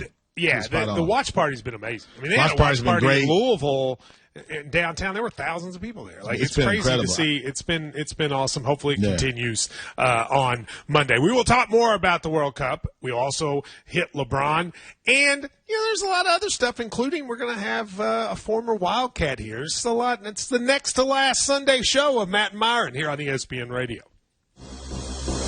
Coming up on the Monday edition of Unsportsmanlike with Evan Cohen, Chris Canty, and me, Michelle Smallman, we'll get you ready for the biggest moment in U.S. men's soccer history as they get ready to face Belgium in the round of 16. It's Unsportsmanlike, 6 a.m. Eastern, right here on ESPN Radio, ESPN2, and ESPNU.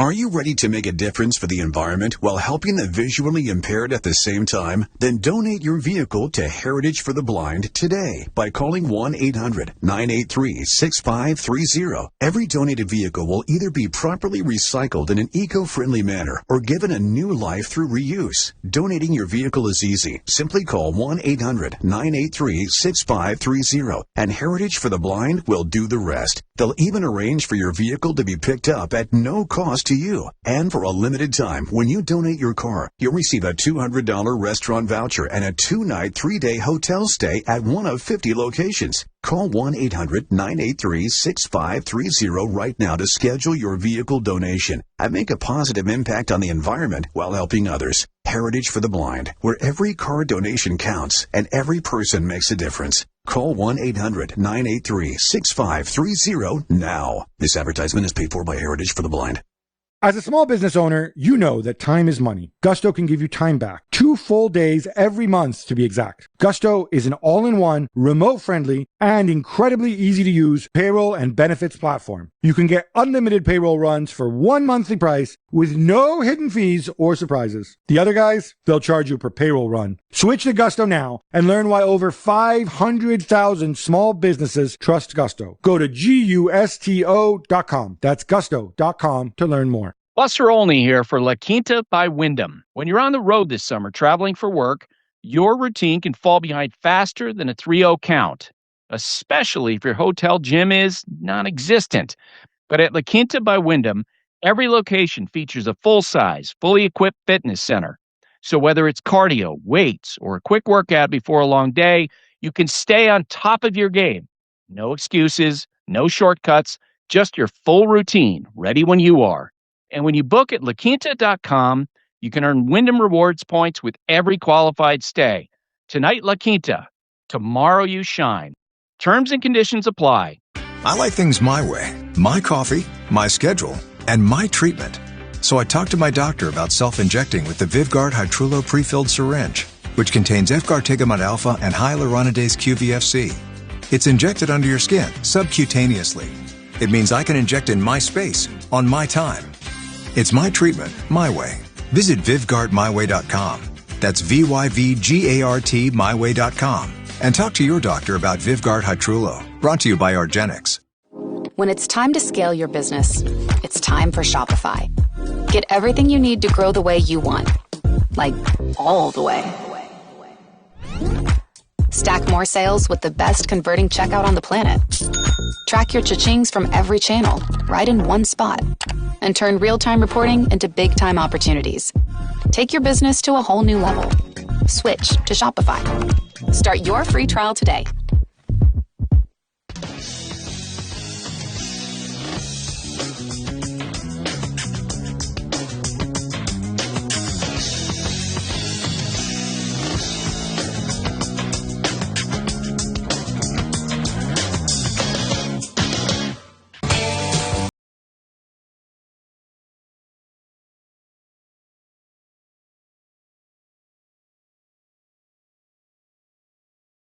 About Progressive Insurance.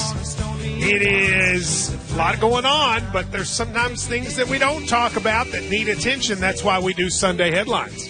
Extra, read all about it. The Sunday headlines. Let's get started. What's up first, Renee? Alrighty, so how much fog would it take for you to consider it to be too foggy?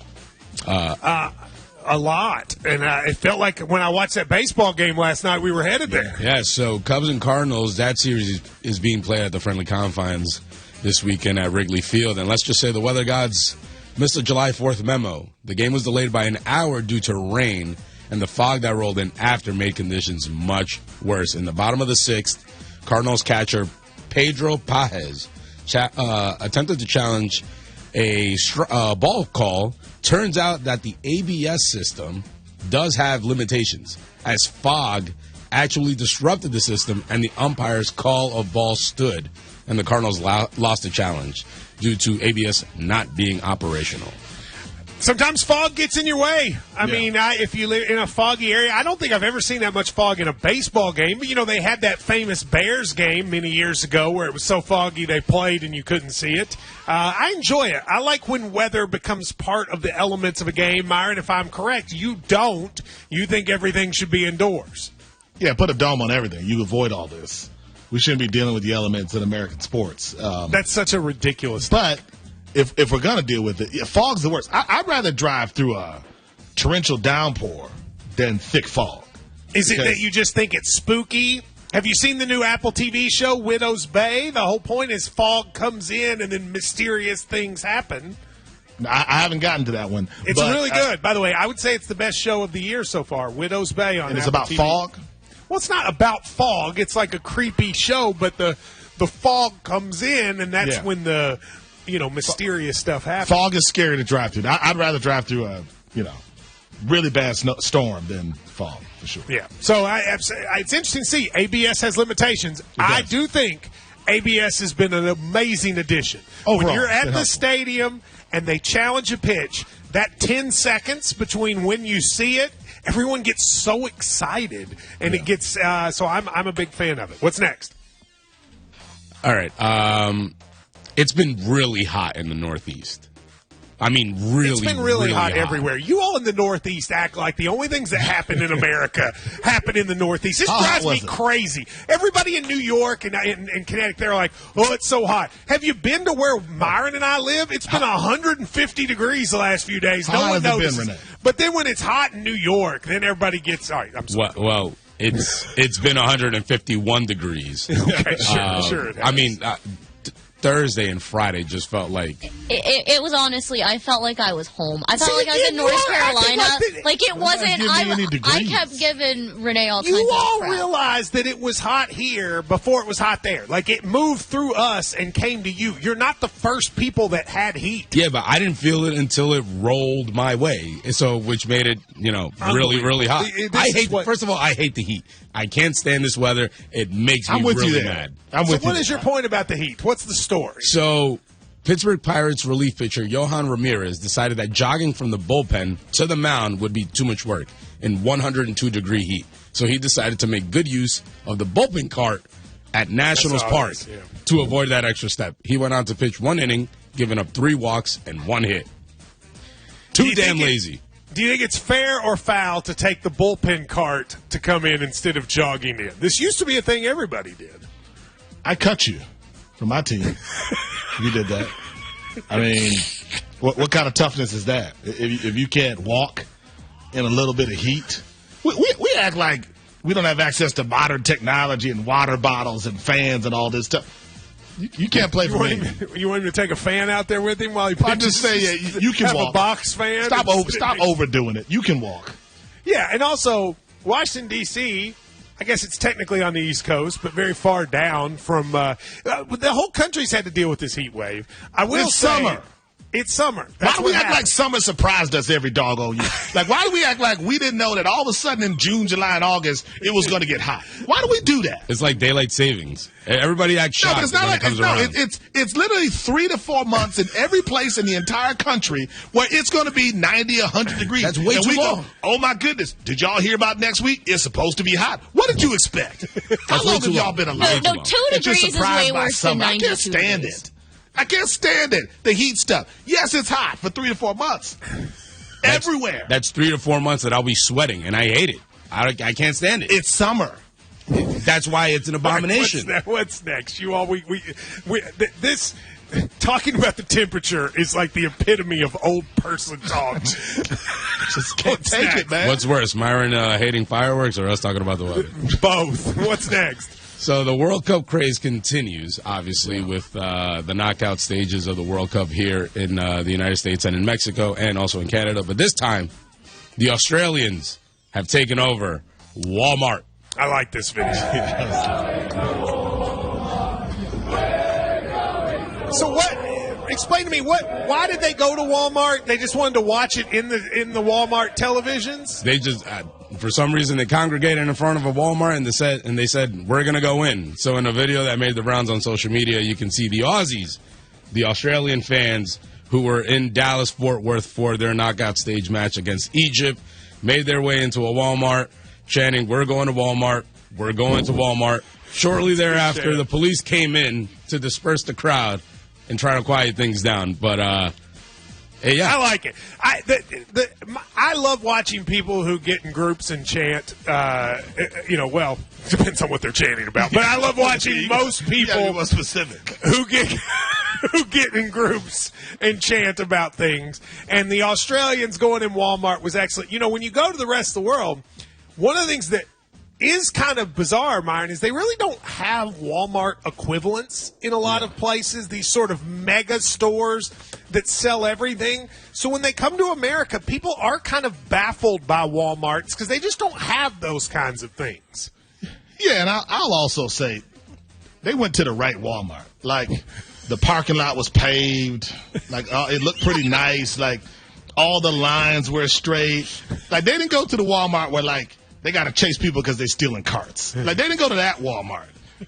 That's a whole different experience. So they went to the one near the stadium. Yeah. So I'm glad they had that experience, but they didn't go to all of them, When I was growing up, Myron, in Middlesboro, Kentucky, we became the first town in Kentucky to get a super Walmart. Okay? That's a big deal. Which it was a huge deal to us because there was a period of time that for like 2 years, whenever we would go on road trips for our team, our bus driver, when they would meet the people from the other school, would go, "We got the first super Walmart, right?"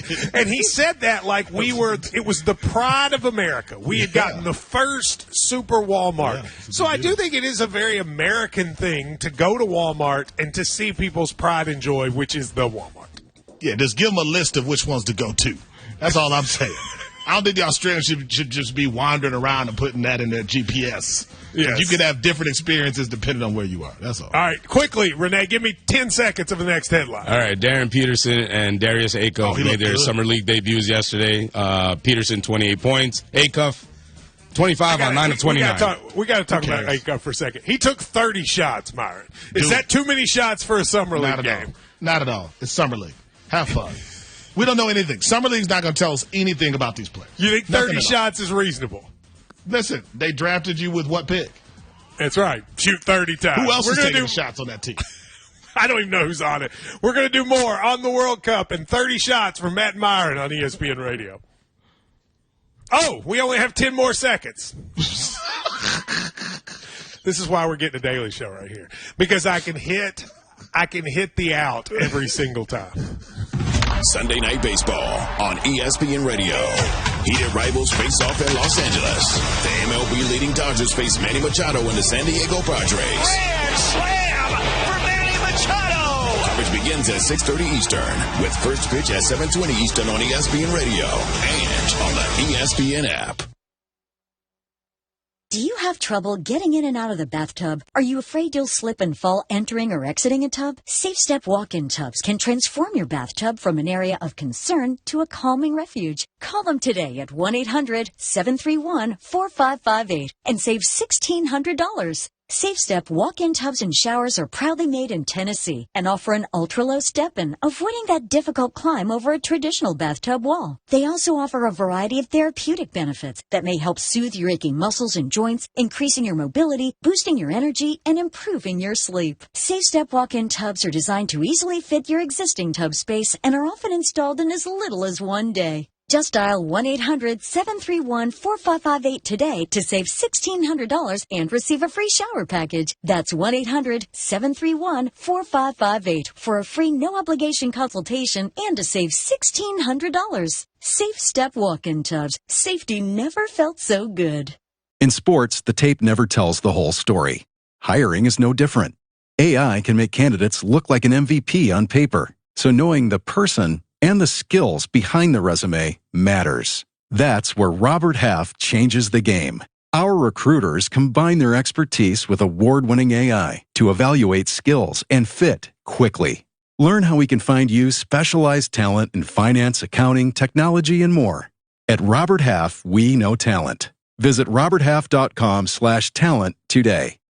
When you're a maintenance engineer in a beverage manufacturing plant, you keep production lines moving and quality on track because there's no room for slowdowns.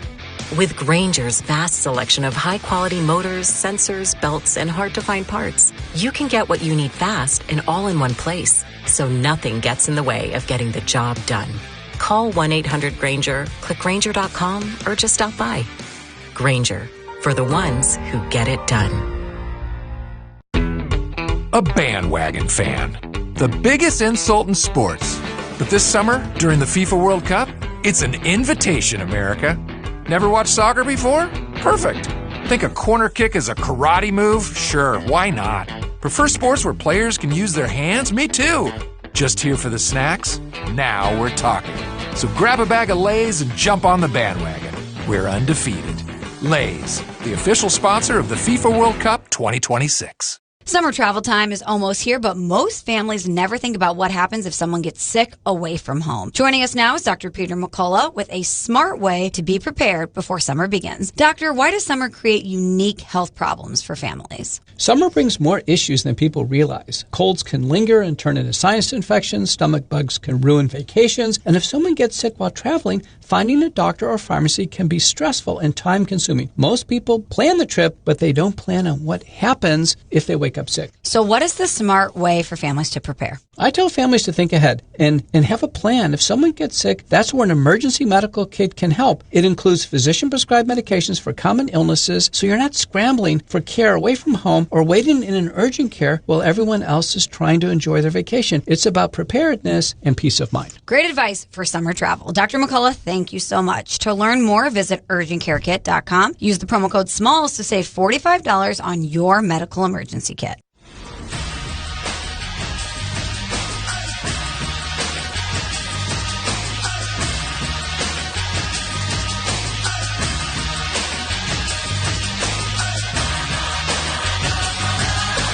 This is SportsCenter. I'm Nick DeLuca. Good Sunday morning. The action at Wimbledon continues. Fourth round in the men's and women's singles tournament. Couple of finals on the women's side. Number 4 seed Jessica Pegula rallying from dropping the first set to take down Iva Jovic. 4-6, 6-3, and 6-1. Just gone final 10 seed Karolina Muchova takes down Barbora Krejcova 7-5, 5-7, and 6-3.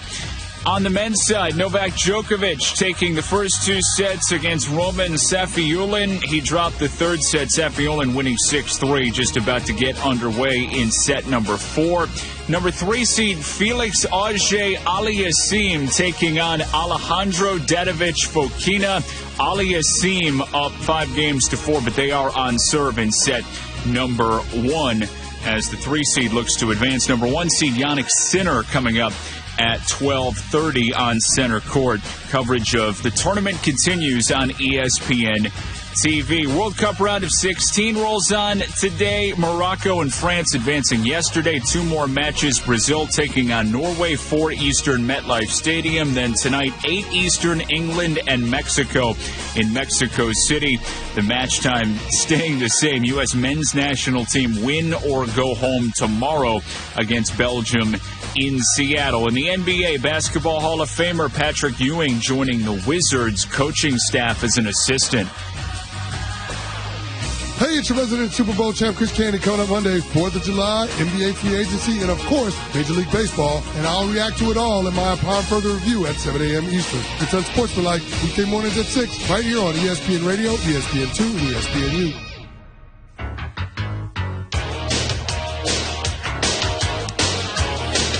Matt Myron here. Matt Jones, Myron Metcalf, presented by Progressive Insurance. We're on ESPN Radio, and we're ready to go. We're presented by Progressive. Make sure your family's well taken care of with life insurance. Protect your phones, laptops, and more with electronic device insurance. I didn't even know you could do that. And cover your furry friends with pet health insurance. It's the kind of thing Myron Metcalf has. Pet health insurance from Progressive Insurance. Alejandro Moreno is ESPN soccer analyst. And Alejandro, I think everybody that interviews a soccer person during the World Cup, they're always starting with America. I'm not going to start with America. I'm going to start with the game tonight because I think there's a chance that tonight could be one of the best atmospheres in sports ever.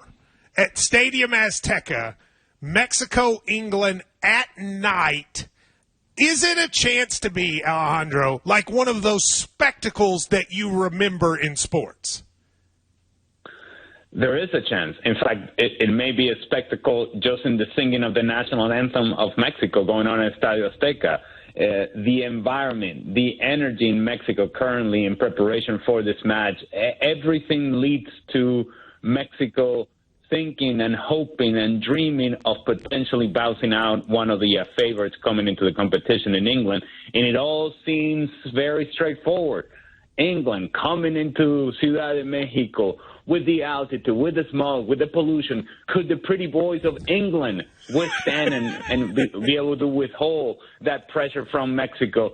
And it seems as if Mexico feels very strongly about the fact that these guys are not going to be able to handle it, and therefore they look at themselves as a team that could potentially pull the upset tonight. We've been talking a lot about the World Cup being in America. I think we don't acknowledge enough that it's in Canada and Mexico as well. What is happening in Mexico right now? What does this event mean for that country? I don't think you can actually put it into words. It's like a everyday ticket tape parade going on in Mexico. Anytime that Mexico plays in anticipation for the game, there are celebrations. If you are able to see some of the images, let me just tell you, there are celebrations going on outside of the England hotel. I've seen it. Yeah, talk about that, Alejandro. So they're literally like fans outside the England hotels, like yelling to try to keep them awake, right? Yeah, they're yelling, they're partying, they're shooting fireworks, they're doing everything they can to play their part. Because here's the thing.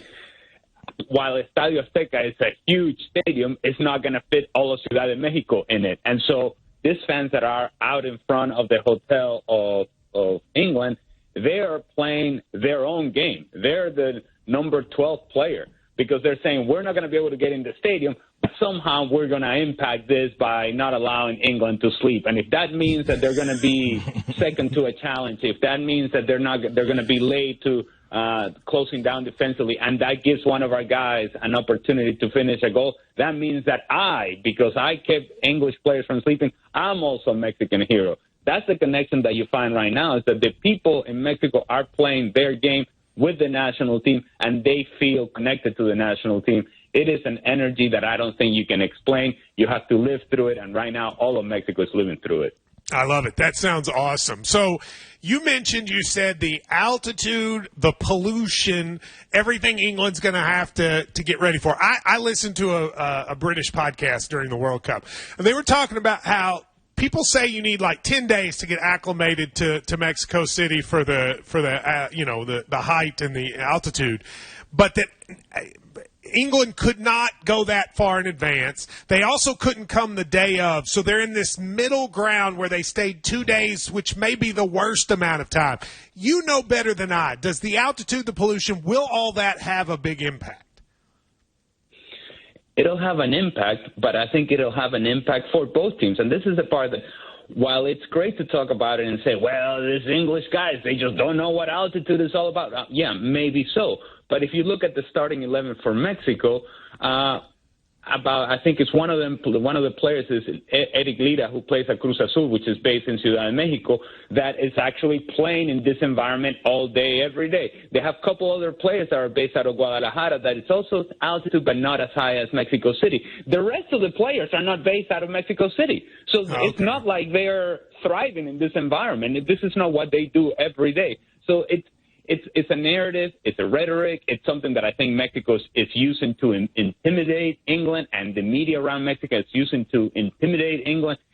I think in the end this comes down to the quality of players on the field and whether England are not intimidated by the moment, by the atmosphere, by the environment, by the altitude.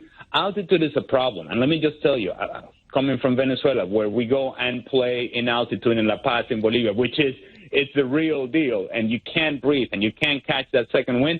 That's an issue there. In Mexico, it's an issue, but I think there are times in which this is made out more than it needs to be. I think it's something that Mexico uses to push themselves forward and to believe in a bigger story and to think that they're superior to the teams that are coming into Azteca. If Mexico plays well, the altitude will have something to do with it, but it's not going to be, I don't think, the deciding factor as to who wins this match. How does Mexico win against Harry Kane and company? How about they use the altitude? Well, they can't throw the altitude at England. What do they got to do? How do they execute? Yeah, no, I understand, and that's the point that I was getting to. That this is about players on the field. And what we have seen from Mexico on the field, at Azteca in particular, is a high-energy, high-intensity sort of game that has not been the way that they had been playing coming into the World Cup. Into the World Cup, they have been a team that was sort of they were going to drop numbers behind the ball, absorb some pressure, and they were going to speculate with that result and take a 1-0 win. What we saw from them in the last game is a team that was flying around Ecuador, and they were flying from the very first minute, and I believe that that's how they're going to start the game. From the very first minute, they're going to get on top of England and say, okay, all right, pretty boys, let's see if you can handle this. And if England are able to sustain those first 15, 20 minutes and then settle the game down, take the crowd out of the game, start knocking the ball around and using the quality that they have on individual players, then England, I think, will be able to control the pace of the game. And that's the important part. Mexico must dictate how the game is going to be played on their 10. If they allow England to settle the game down, then England is going to have an advantage. You keep calling them pretty boys. Is that the perception of England? Oh, yeah, these pretty boys from Britain. I spent a lot of time in Britain. I don't think of people as pretty necessarily. Is that how soccer community views them? I mean, I'm not an American at birth, but let me just tell you, we just did celebrate July 4th. Them pretty boys got kicked out of this country. Let me just tell you that, right? Wow. All right, Alejandro, 250. I don't want to make it historically significant, but just saying. Alejandro. Who would have thought Alejandro would bring it like that? All right, I'm going to switch gears just a second from your Revolutionary War trash talk Alejandro to the. Let me play. America. Kendra was just on here a little while ago, and I gave her this hypo, and I want to give the same to you. A cynic could look at the United States path and go, okay, yeah, they've looked good in these games, but they beat a Paraguay team that, yeah, they played France close, but they should beat them. They played an Australia team. They should beat them. They lost to Turkey. It was reserves, whatever. And then they played a Bosnia team that they should have beat. Really, they haven't played a really good team yet. And now, starting with Belgium, this is the first time they're actually playing a traditional power, etc. This is when the tournament starts. This is when I'll start judging America. How would you respond to that? Well, I would say that there's an element of truth to all of that. Everything that has been said is not unfair, and as it is in any World Cup competition, when you start advancing, then you start meeting the big boys, and that's just the nature of the tournament. But the United States have done everything that they've been asked to do up until this point, and what I think is encouraging from an American perspective is they've done it with a different style than what we have seen in World Cups past. In World Cups past, it was very much about, man, let's fight our way through trying to get to a set piece, a corner kick, something. We somehow run into a goal, and then let's work hard, and let's defend hard, and let's make sure that we're able to close down spaces, and then we'll win a game 1-0.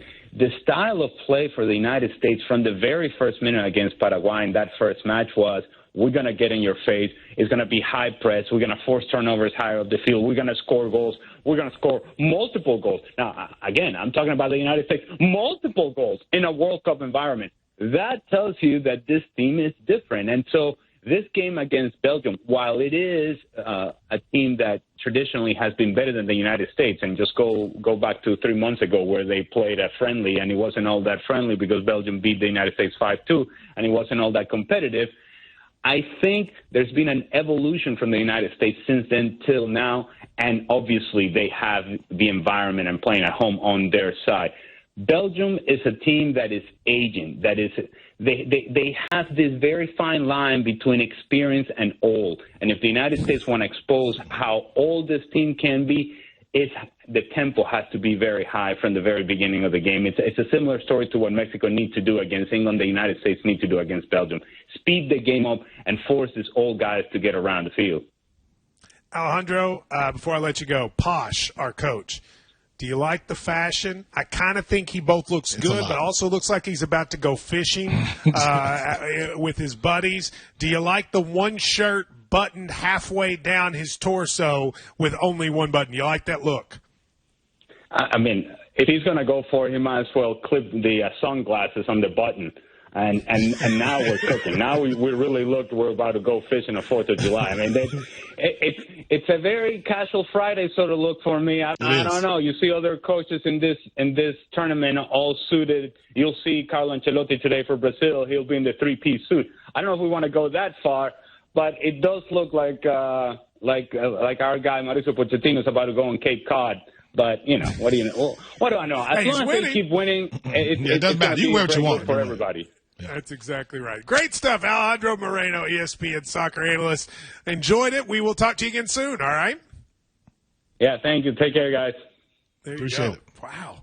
I did not expect the person on this show to say, if you want some England, go back and look. I didn't expect it to be him. Yeah, he threw a curveball. That's what the World Cup will do for you as well. We will do a little more World Cup. We still have to talk about LeBron and more. That's next here on Matt and Myron on ESPN Radio. Coming up on the Monday edition of Unsportsmanlike with Evan Cohen, Chris Canty, and me, Michelle Smallman, we'll get you ready for the biggest moment in U.S. men's soccer history as they get ready to face Belgium in the round of 16. It's Unsportsmanlike, 6 a.m. Eastern, right here on ESPN Radio, ESPN2, and ESPNU.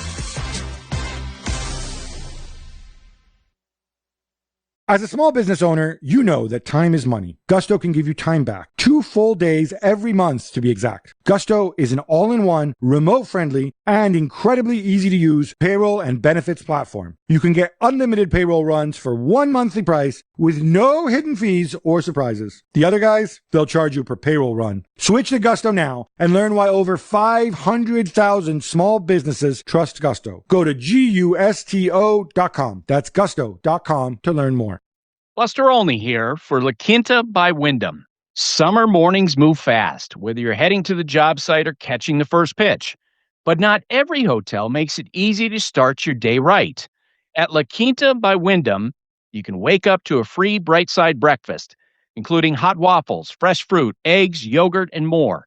It's the kind of lineup that helps you knock your morning out of the park. And while you're at it, book your next work trip at LaQuinta.com to earn Wyndham Rewards points with your qualified stay. Tonight, La Quinta, tomorrow you shine. Terms and conditions apply. I like things my way. My coffee, my schedule, and my treatment. So I talked to my doctor about self-injecting with the VivGuard Hytrulo prefilled syringe, which contains Efgartigimod alpha and hyaluronidase QVFC. It's injected under your skin, subcutaneously. It means I can inject in my space, on my time. It's my treatment, my way.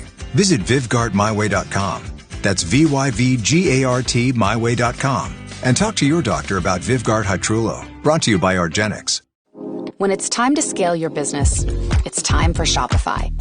Get everything you need to grow the way you want. Like, all the way. Stack more sales with the best converting checkout on the planet. Track your cha-chings from every channel, right in one spot. And turn real-time reporting into big-time opportunities. Take your business to a whole new level. Switch to Shopify. Start your free trial today.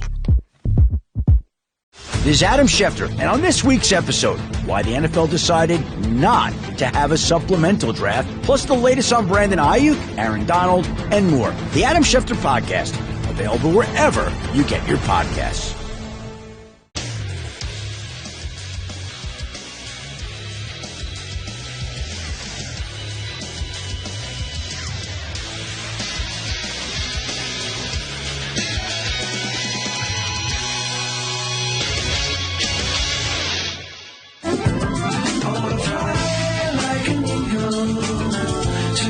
It's Matt Myron here on ESPN Radio. Beautiful day in Lexington, Kentucky. My man Myron is in Minneapolis, Minnesota. Is it nice there? Beautiful, man. It's beautiful everywhere in America. I'm glad. Summer. You know, we've gone a long way. This has got to be the only ESPN show that is allowed to go an hour and 45 minutes before you talk about LeBron. So we have done that. But now's the time to talk about him. We still don't know where he's going to play. We know it will not be the Lakers, but lots of teams could have LeBron's services. He is 43 years old, still can play, not quite as, at his peak. First of all, let me go back for a second and say, were you surprised he's leaving the Lakers, Meyer? I was. I didn't think he'd want to go anywhere else to end his career. That's his longest consecutive tenure has been in L.A. I thought his life makes the most sense. He's obviously has a lot of outside interest. So I was surprised that he's actually leaving. Left Bronny there. You think his key card still works? Yeah, Bronny now he's got a guaranteed deal. But I don't. It's interesting to see where he goes next. Yeah, the Snow Time Lakers now will not have LeBron. Hold on. Why'd you call them that? What? Well, they're the Snow Time Lakers. There's a common denominator around their big three. It does look like the Minneapolis Lakers all over again. When's the last time you remember a Snow Time team? I don't. No, this team there's a look to this team that we haven't seen. We're going to see the Lakers have signed Grayson Allen to a 2-year deal. And the names, too, a little bit. Like Walker Kessler. Walker Kessler is definitely. Walker Kessler is. That is true. We should fill out the roster. Like Walker Kessler, owns land somewhere in Tennessee. Who's the kid? Who's the kid that played like 6 years at Purdue? He should be on the team, right? No, the dude that was. Well, I can't remember his name. You had Bennett Sturts from Iowa. He should join the team. There should be a lot. Luke Garza. He was also an Iowa guy. Luka Garza. He needs to be on it as well. Drew Timmy from Gonzaga, probably. He should import half Creighton's roster to join the team. Braden Smith? You talking about Braden Smith? Braden Smith, yes. Braden Smith will be there. Yeah. So anyway, so that's the Snow Time Lakers. With LeBron, there's 6 cities he's being reported to consider: Cleveland Cavs, Golden State Warriors, Miami Heat, Philadelphia 76ers, the Minnesota Timberwolves, and the Denver Nuggets. Those 6 cities. If you were LeBron, what do you think is the right situation for him? I would just base it upon where I want to live. Really, that's how you'd base it. I don't think he wins a championship in any of those cities. So I don't think it comes down to that. I don't think he can win a championship in any of those. Not even Denver? No. Denver's got other issues beyond Jokic. So it's got to come down to where do you want to have the most fun? Obviously, Miami would be at the top. So how would you rank those 6 cities in fun? Cleveland, San Francisco, Miami, Philly, Minneapolis, Denver. You put Miami 1? Miami 1. What's 2? San Francisco's 2, but LeBron's kind of cheap. So I don't know that he wants to deal with You think he's cheap? Yeah, you think the first billionaire basketball player is cheap? Everything he said is he's cheap. I don't know that he wants to deal with San Francisco. And he's an older player. When they present to him what it's going to cost, he may push back on that. But San Francisco's probably number 2. I didn't know that you thought the San Francisco taxes were so high that LeBron would not want to deal with them. He's older now, man. When he finds out the cost of things, he might be put off by that. But number 2, San Fran. Number 3, I think if there's ones left. No, Denver. You don't want to go to Minneapolis. You live in Minneapolis, but nobody wants to go to Minneapolis. It's cold. Beautiful place. Beautiful summers. What's beautiful about it? Give me the most beautiful part of Minneapolis. The lakes, the nature, the wilderness, the everything. Minneapolis is not. First of all, Minneapolis is not in wilderness. No, I'm talking about just the lakes and the nature. Look up all of the best cities to live in. All those lists. Minneapolis is on. But that's because of cost of living. If you're just looking for a quality, wouldn't Denver? I think most Americans would choose to live in Denver over Minneapolis. What's the first thing people tell you about Denver? Altitude. So, yeah, but you get used to it. Yeah, but is that your selling point? Okay, it's 5,000 feet above sea level. What for else a long time, people would say that was where marijuana was legal. That was it. But now it's basically legal everywhere now. It's a cool scene, but I don't know that Denver. I don't think of Denver as fun. How many people are let me go to Denver? and hang out. Well, I'm going to Denver in 2 weeks, so. But just to hang out? No, I have things to do, but nevertheless, I'm going. So I would put Denver 3. You would put Minneapolis 3. Yeah. What about between Cleveland and Philly? I think Philly, hands down. So Cleveland, you think, is the worst of the 6 cities? Yeah, no offense to, my guy. Well, no, they're going to take offense. They're going to take offense. No offense, but if that's the list, if it's just about where you want to enjoy it. Now, he's from the area, so he could end up in Cleveland. But if it's just like where you'd want to move if you had the choice, I think Cleveland's at the bottom of that list. Shouldn't he go to Cleveland? Like, if you're LeBron James and you want to have a legacy where you are not only the second greatest player, but you also have a home that, like, people associate you with. If he finishes his career in Cleveland, has played there 3 different times in his career, the beginning, the middle, and the end, that's very poetic. That's very legacy-esque. If you're LeBron, wouldn't you want to do that? I mean, maybe he wants to, and obviously has a certain comfort level with there in Miami. He's won championships, but if he really wants to end this thing the right way, you got to go someplace that no one would ever expect. And that's why Minnesota, to me, would be the only answer. Because that's the only place on this list. So that's not because you live there. No, and it would be exciting for you if he went there. Would I have some additional opportunities maybe through ESPN and other outlets? Possibly. But that's not why I was thinking about it. I think that might be what's driving you here. No. Is that you could end up on SportsCenter a little bit more. Listen, all I'm saying is this. That's possible what you have laid out. It would be the only unexpected thing on this list. Cleveland, he's been there. Miami's won a championship. If you join Jokic and you somehow win a championship or get to a championship, you're not going to get credit for that. What if you go to Philly? Philly has it all now, though, with Jaylen Brown. So now that's not the underdog anymore. But Minneapolis has a guy named Anthony Edwards. They're not exactly underdogs. They went to the West Finals 2 of the last 3 but years. No one would expect him to do it. And I think that, to me, is if you're LeBron, that's how you end it. Do the thing that no one would ever anticipate. Just be honest. You want him to go there so you could be on SportsCenter. I'm not against the idea of what might come with it, but I'm not you supporting want an NBA Today special report, Myron Metcalf. That's what it is. If they want me down at the press conference, fine. That's fine. I see. Not at all self-interested. Completely neutral. No bias. Matt Jones and Myron Metcalf. That's here on ESPN Radio. Sunday Night Baseball on ESPN Radio. Heated rivals face off in Los Angeles. The MLB leading Dodgers face Manny Machado and the San Diego Padres. Grand slam for Manny Machado! Coverage begins at 6:30 Eastern with first pitch at 7:20 Eastern on ESPN Radio and on the ESPN app. Every 40 seconds, a child is reported missing. That's 2,000 children every single day. It's a heart-wrenching reality that we can no longer ignore. Find the Children is a non-profit organization dedicated to helping find missing kids. You can be a part of their mission by donating your unwanted vehicle, running or not. Call 1-800-294-0222. We guarantee that you will receive the maximum tax deduction. We provide fast, free pickup with 24-hour response. Call 1-800-294-0222. Find the Children provides crucial resources to help find missing children and educational materials to teach kids how to recognize and avoid predators. Our recovery programs have a proven track record of reuniting kids with their families. It's time to act. Donate your unwanted or unused car. Help us build a world where every child is safe. Pick up the phone and call 1-800-294-0222. Together, we can bring these kids home safely. This advertisement was paid for in partnership with Cars R Us and Find the Children.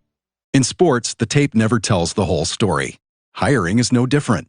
AI can make candidates look like an MVP on paper, so knowing the person and the skills behind the resume matters. That's where Robert Half changes the game. Our recruiters combine their expertise with award-winning AI to evaluate skills and fit quickly.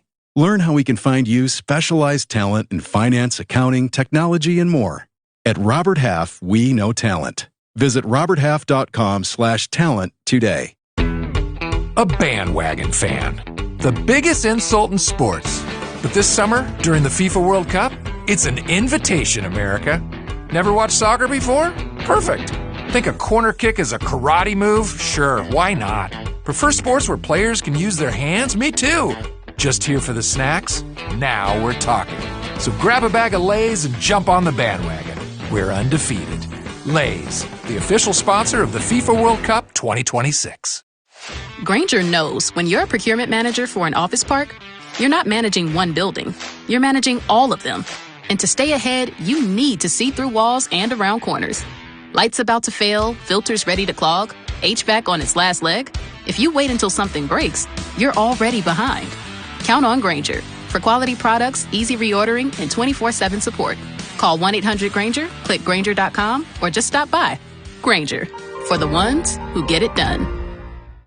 As families head into summer travel season, there's one thing many people forget to plan for. What happens if someone gets sick when you're away from home? Joining us now is Dr. Peter McCullough with some smart ways to be prepared before summer begins. Doctor, summer is supposed to be relaxing, but travel can come with surprises. So why is summer a time when families should think ahead medically? Because there's always stress about getting sick on a trip and then ending up in the urgent care. What are some of the most common issues that families will run into during these summer trips from a medical standpoint? Various forms of food poisoning or traveler's diarrhea, getting viral upper respiratory tract infections that get too far along and they become a bacterial secondary infection like a bronchitis, then of course usual things like bladder infections, yeast infections. So what do you recommend people do before they leave on their trip? Everybody should consider having a medical emergency kit. Nowadays, we can pre-prescribe medications, cover dozens of illnesses ahead of time, and then people can be ready to go if something does happen. We have a guidebook as well as telemedicine available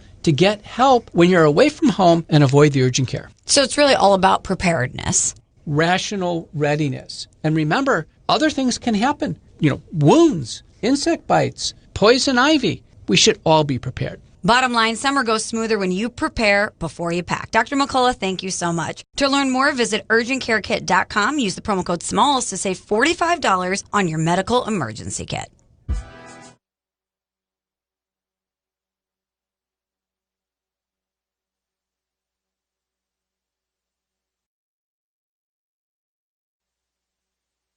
This is SportsCenter. I'm Nick DeLuca. Round 4 action continues at Wimbledon. A pair of men's singles matches going on right now. Novak Djokovic looking for Wimbledon win 106 in his career, up 2-1 on Roman Safiullin, and looking to close out the match up 4-2 up a break. Won the first set on a tiebreak, 7-6. Won the second set, 6-3. Safiullin coming back and winning 6-3 in set number 3. Second set between 3-seed Felix Auger-Aliassime and Alejandro Davidovich Fokina. Davidovich-Fokina taking the first set in a tiebreak, 7-6, 7-4 on the tiebreak, and up 2-1, but on serve. Aliassime serving in that one in the second set. Coverage continuing all tournament long on ESPN TV. On the women's side, 4-seed Jessica Pegula taking down Iva Jovic in 3 sets, 4-6, 6-3, and 6-1. 10-seed Karolina Muchova working by Barbora Krejcikova, 7-5, 5-7, and 6-3. World Cup round of 16 continues. Morocco and France advancing yesterday. 2 more matches today. Brazil taking on Norway, 4 Eastern MetLife Stadium. Then tonight, 8 Eastern England and Mexico in Mexico City. U.S. men's national team back in action tomorrow night. Win or go home against Belgium in Seattle at 8 Eastern. Hope everyone's having a fantastic holiday weekend. Thanks again for listening to The Rich Eisen Show. Have a safe and happy 4th of July. Make some great memories, and thanks for making us part of your day.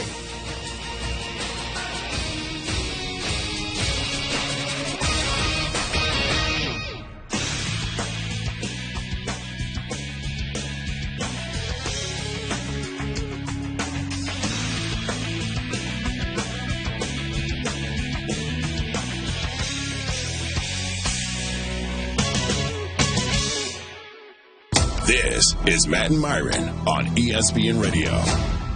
And that guard, 6'4" from Kentucky, Matt Jones.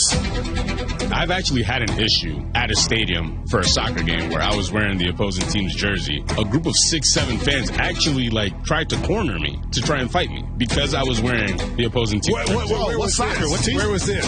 And mind you, I know what people are going to say. It was an MLS game. Myron Metcalf. I don't believe that. I did MLS game. When they snapping their fingers and dancing, when they snapping their fingers and dancing, when they surrounded you, they were not, and singing songs. That's maybe the most blatant lie I've ever heard. You're telling me a New York Red Bulls game versus New York FC? Yes. People were fighting. Stop it. Renee also got in a fight at a UFL game yesterday. Matt and Myron on ESPN Radio and on the ESPN app. That was honestly sorry, Renee, the worst lie man. that anyone's ever. I mean, I'm sorry. If you're looking back at 8 years of Sunday morning with Matt Meyer, which we will do next week, that has to be the most blatant lie told on these airwaves. I believe it because of where he was. You almost got in a fight in the Bronx because you were wearing an MLS jersey. It was 5 dudes, man, surrounding one little measly chubby guy. Yeah, I don't believe that. I believe in the Bronx. In the Bronx, I believe him. But now you might have gotten a fight in the Bronx just because you're in the Bronx. It wasn't because of your MLS jersey. Listen, man, I'm telling you, they take it. They take it seriously around there. And listen, I'm a Red Bulls fan. What can I say? Going into enemy territory with the opposing team's jersey. When you say they take it seriously, who? New York FC?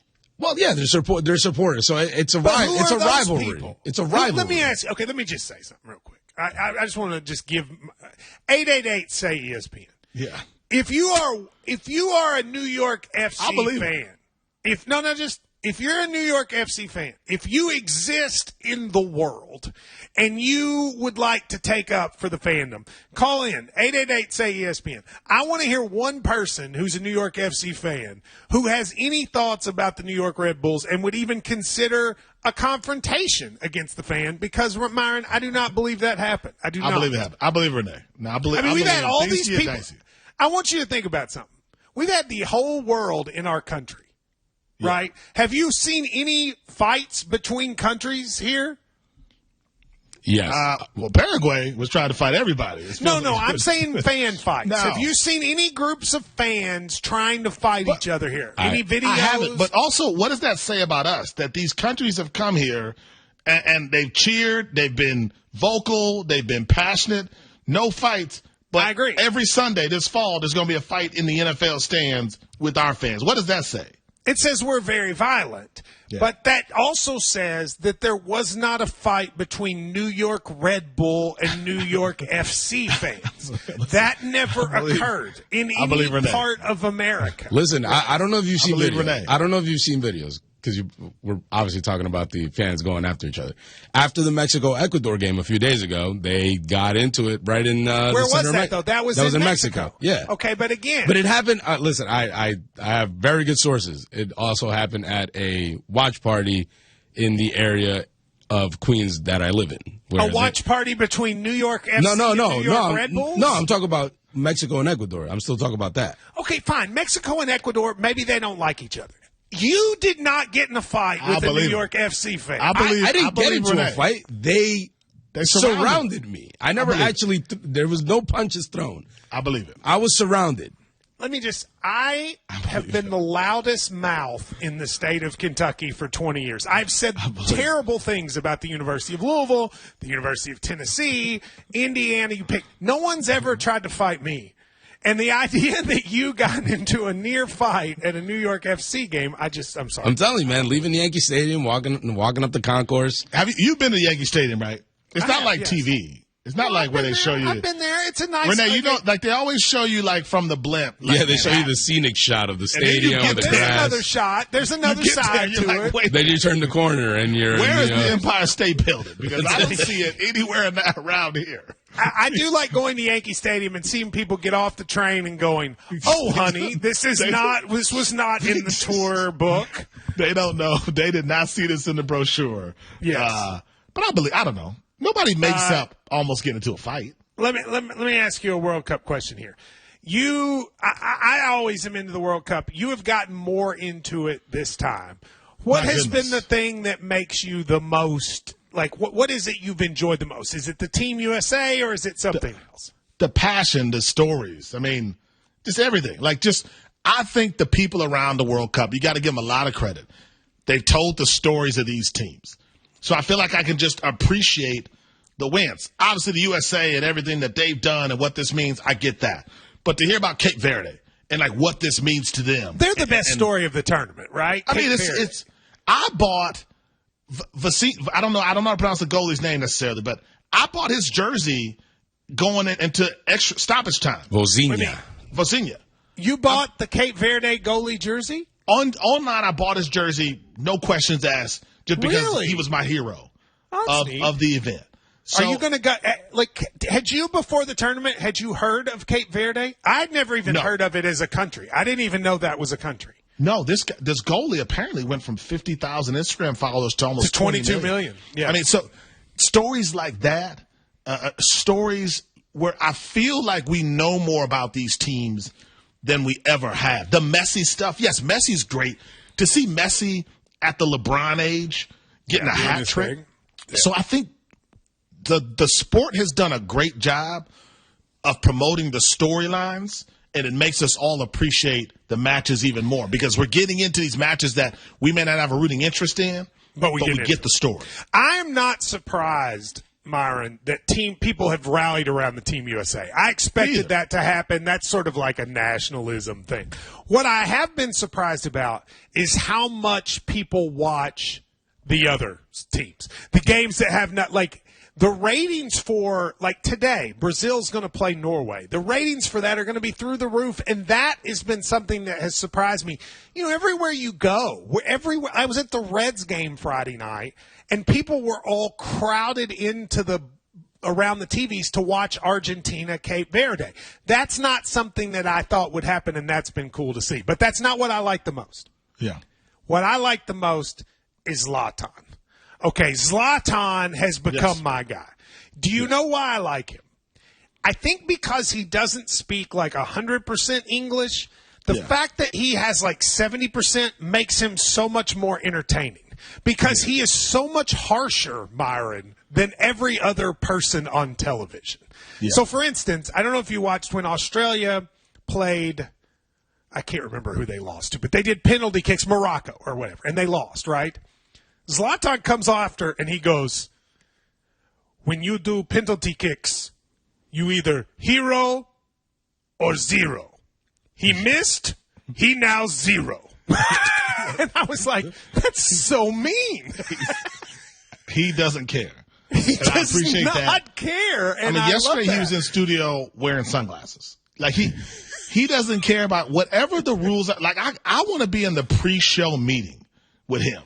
Yes. Because they're telling him hey man, we want to try to keep. He's not listening to anything.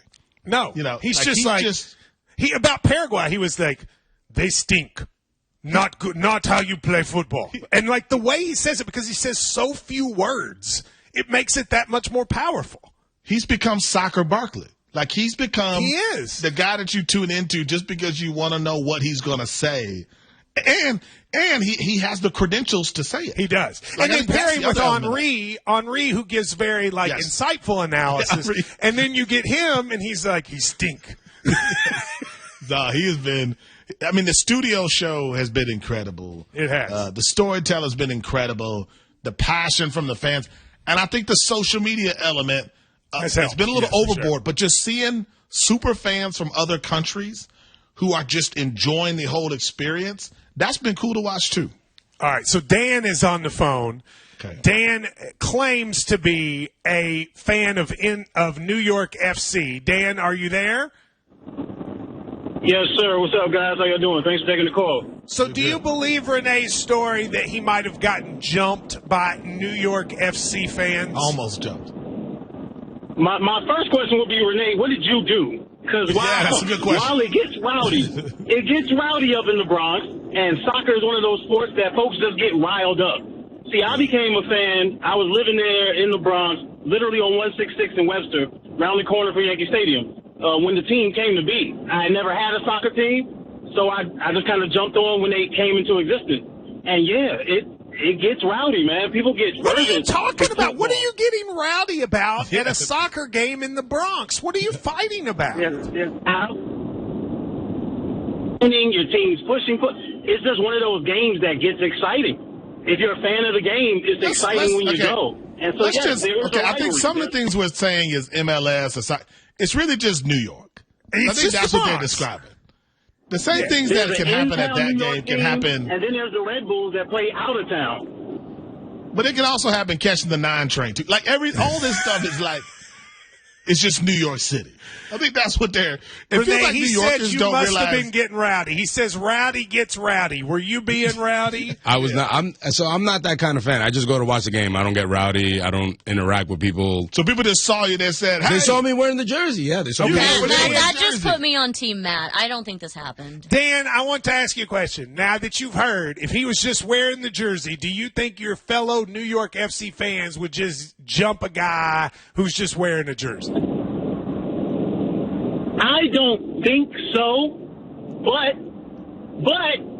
I can imagine a small portion of Bronxites getting beside themselves for sure. Absolutely. Renee, was everybody wearing black leather jackets when they surrounded you? No, there were no black leather jackets. All right. Well, thank you, Dan, for at least acknowledging that there is a New York FC fan in the Bronx. I didn't know. It also strikes me that New Yorkers wake up looking for a reason to be offended. You know what I mean? Like, they kind of like, their day starts with, who is going to mess with me? Right? Yeah. Like, that's kind of their I will say to you, I love going to the Bronx for the Yankees games, and I love the food around the Bronx Yankees games. Like, there's a lot of really good food. I will say, though, if you're from out of town, you're coming to the Yankees game, don't wander off too far. Do not go up the block. It's different. It ain't no Times Square up there, I'm telling you. Stay in a very, like, there's no Times Square up there. You got to be very. There is a square up there, but it's not Times Square. Go to the game and get right back on the train. That's coming up. We're going to play a game here. Name that Wildcat, one of our favorites. Plus, we'll make our predictions for all the big games today. That's next here on Matt and Myron on ESPN Radio. Coming up on the Monday edition of Unsportsmanlike with Evan Cohen, Chris Canty, and me, Michelle Smallman. We'll get you ready for the biggest moment in U.S. men's soccer history as they get ready to face Belgium in the round of 16. It's Unsportsmanlike, 6 a.m. Eastern, right here on ESPN Radio, ESPN2, and ESPNU.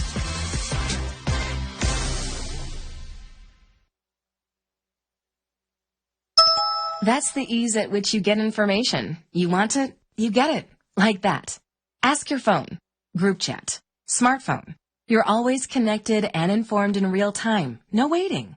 So if you're diabetic and still using finger sticks to read your blood sugar, what are you waiting for? Knowing your blood sugar levels instantly is important for managing diabetes. Call US Med at 888-665-0696.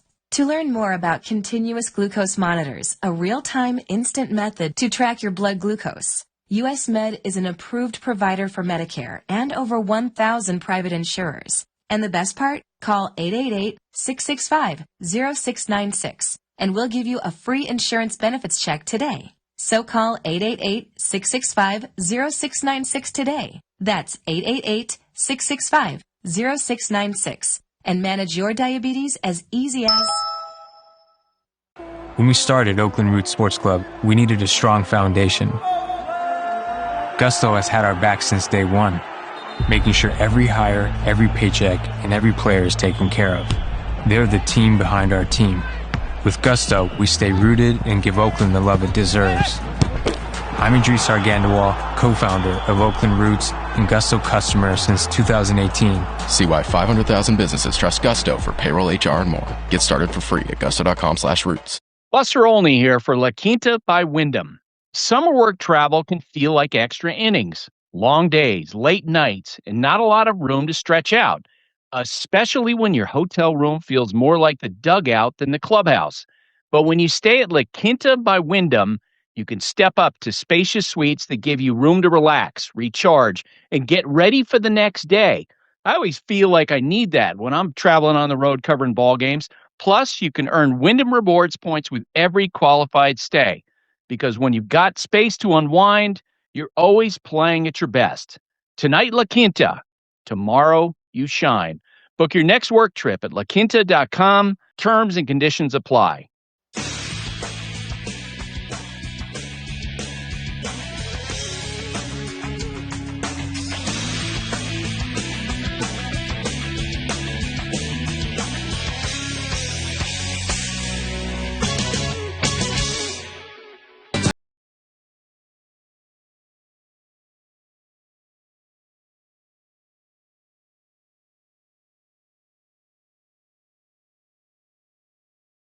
Don't tell me. Don McClain. Don't.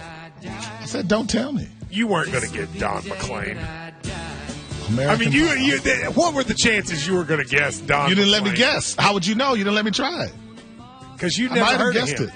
You've never heard it. Unless you were guessing I've heard of Don UCLA. McClain, American unless Pie. Unless you were guessing UCLA basketball players, you were not getting Don McClain. I was guessing. I knew Don McClain. I know Don McClain. Tune in for baseball action this Sunday. Dodgers host the Padres tonight, 6:30 Eastern on ESPN Radio and the ESPN app. Troy is on the phone. He's got something he wants to say to you, Myron. He's from North Carolina. Go ahead, Troy.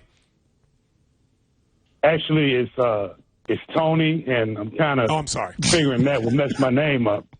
But sorry, you just guessed Troy. That's okay, man. That's okay. Right, my Troy, bad. Tony, that's close. But for Myron, my question was, are you going to beef up your security detail next time you go to New York? Beef up my security. No, I lived in New York. I'm good over there. They know me. So, no, I'm not worried about who knows you. New York. You always say they know me. Who knows you? I lived in New York. Who knows you in New York? Nobody People, knows you. Harlem, Bronx. I've been everywhere. New York. Tony, I lived in New York. Know it? Do you? Or Caught you're the train in North every Carolina, day. But you caught you the don't train know. every day. Tony, was people out in New everywhere. York I mean, I don't was know out there. Myron, do they? I know, Tony. I know New York. I'm sure you do, my brother, but this is perfect because I knew Matt was going to throw something in there, and y'all will make a bit out of this. So I appreciate it. I love you guys, man. Love you. Thank you very much. No, I'm comfortable in New York. I lived there. I'm more New York than you. You're not more New York than me. I lived in New York. What are you talking about? I lived in New York more than you have. Buddy, I was in the clubs when Lean Back came out, 2004. Like, what are you talking about? I'm basically with Fat Joe. Like, I was in the group, essentially. Like, what do you mean? I was in the clubs. Listen, what are you talking about? So Lean Back. You were leaning back with Remy Ma and Fat Joe. Are you kidding me? You know what? I take it back. Come on, I didn't man. know you were in the clubs leaning back. We like to play a game on this show where sometimes we get guests that lean back and that used to be Kentucky people, because I'm from Kentucky, and so it's called Name That Wildcat. It's time for Name That Wildcat with Matt and Myron.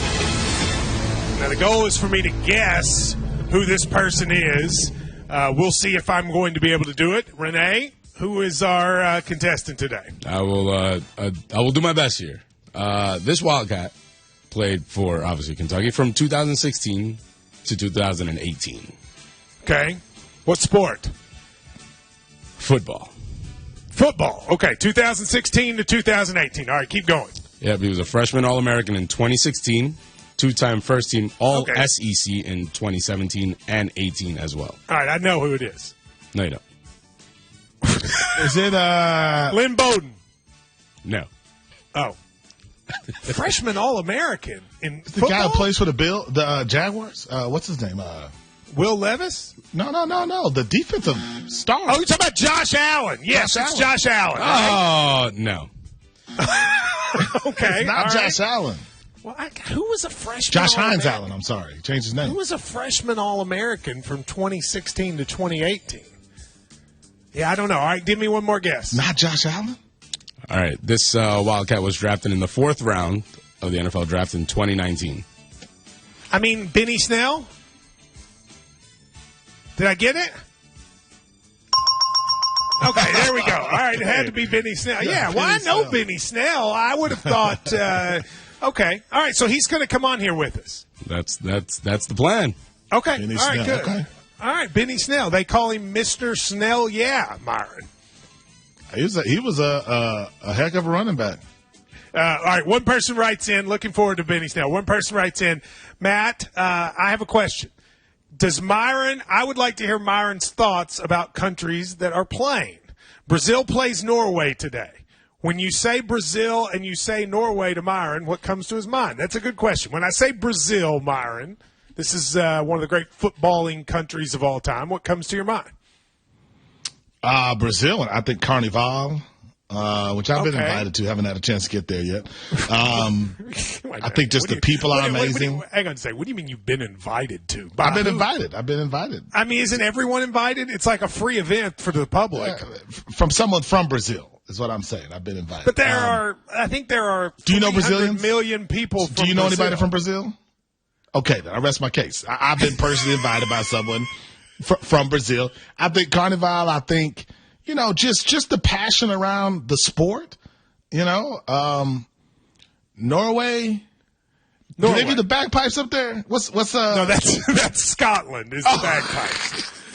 They don't drink the bars dry. Hold on. Norway is the one they do in soccer. They've been doing the row, right? They've been doing. Have you seen that where they all row? Have you seen that? That's yeah. As a true New Yorker, you should have seen the Norwegians sitting in the train cars doing the row chant.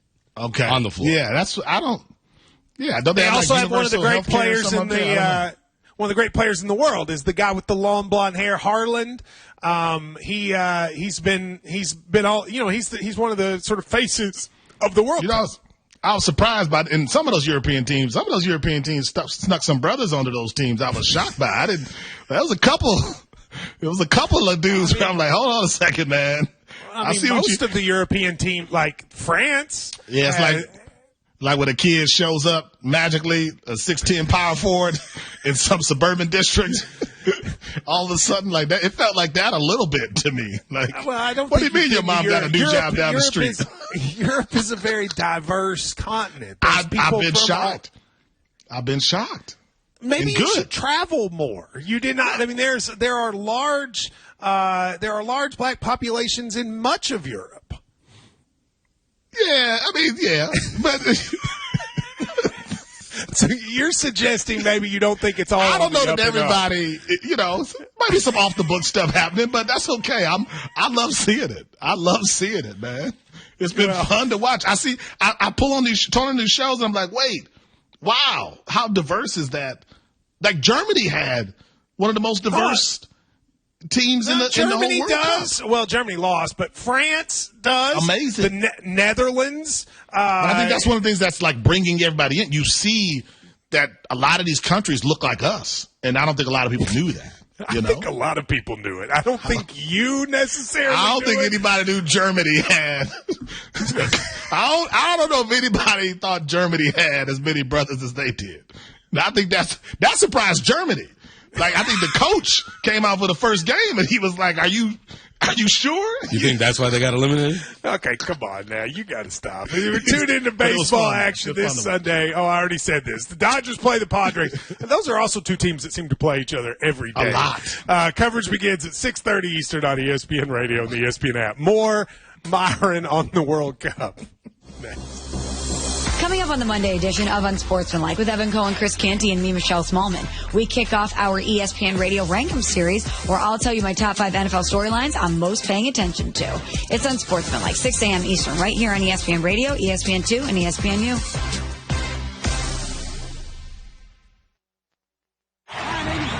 Everyone needs to take care of their mental health, even running back Bijan Robinson.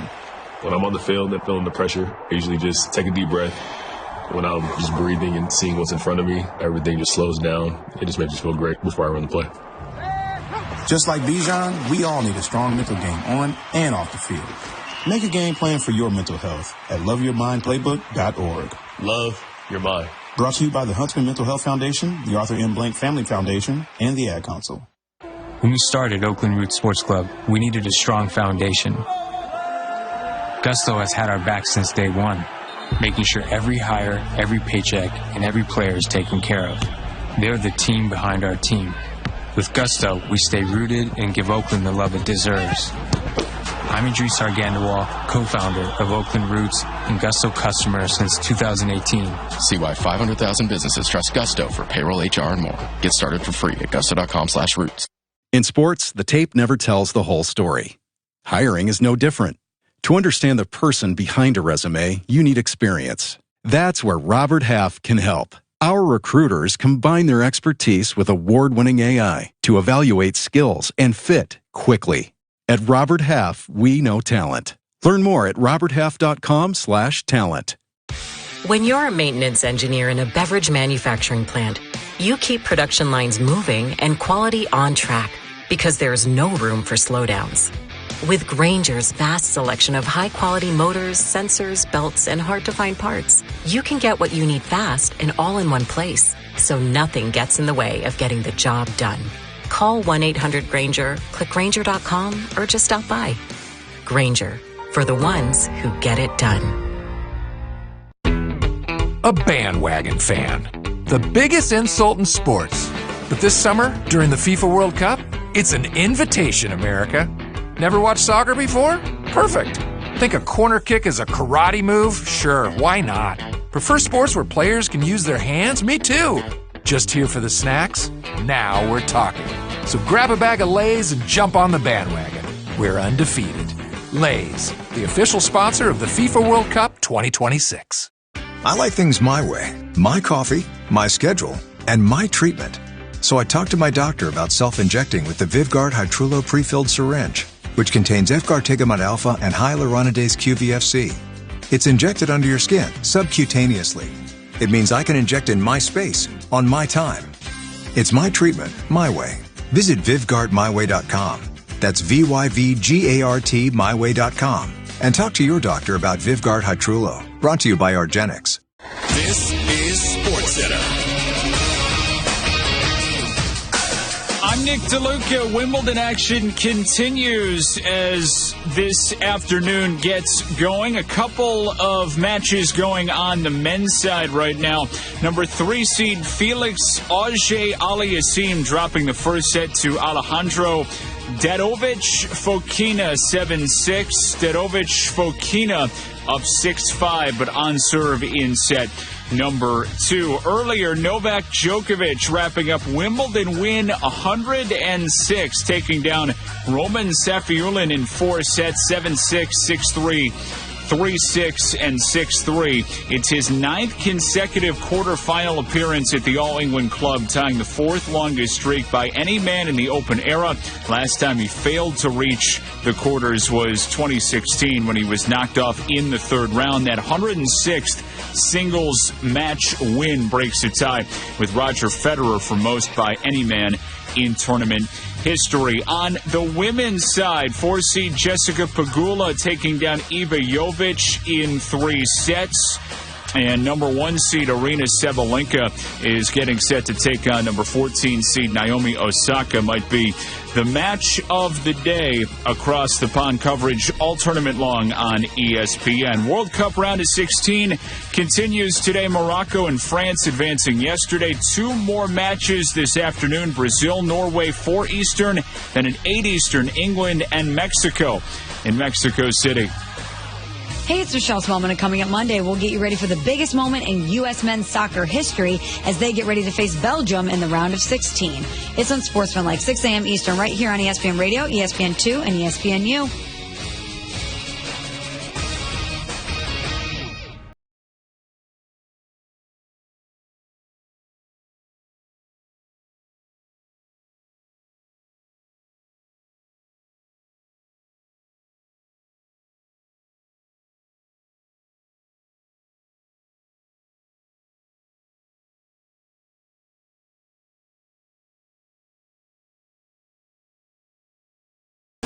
To do that. Radio.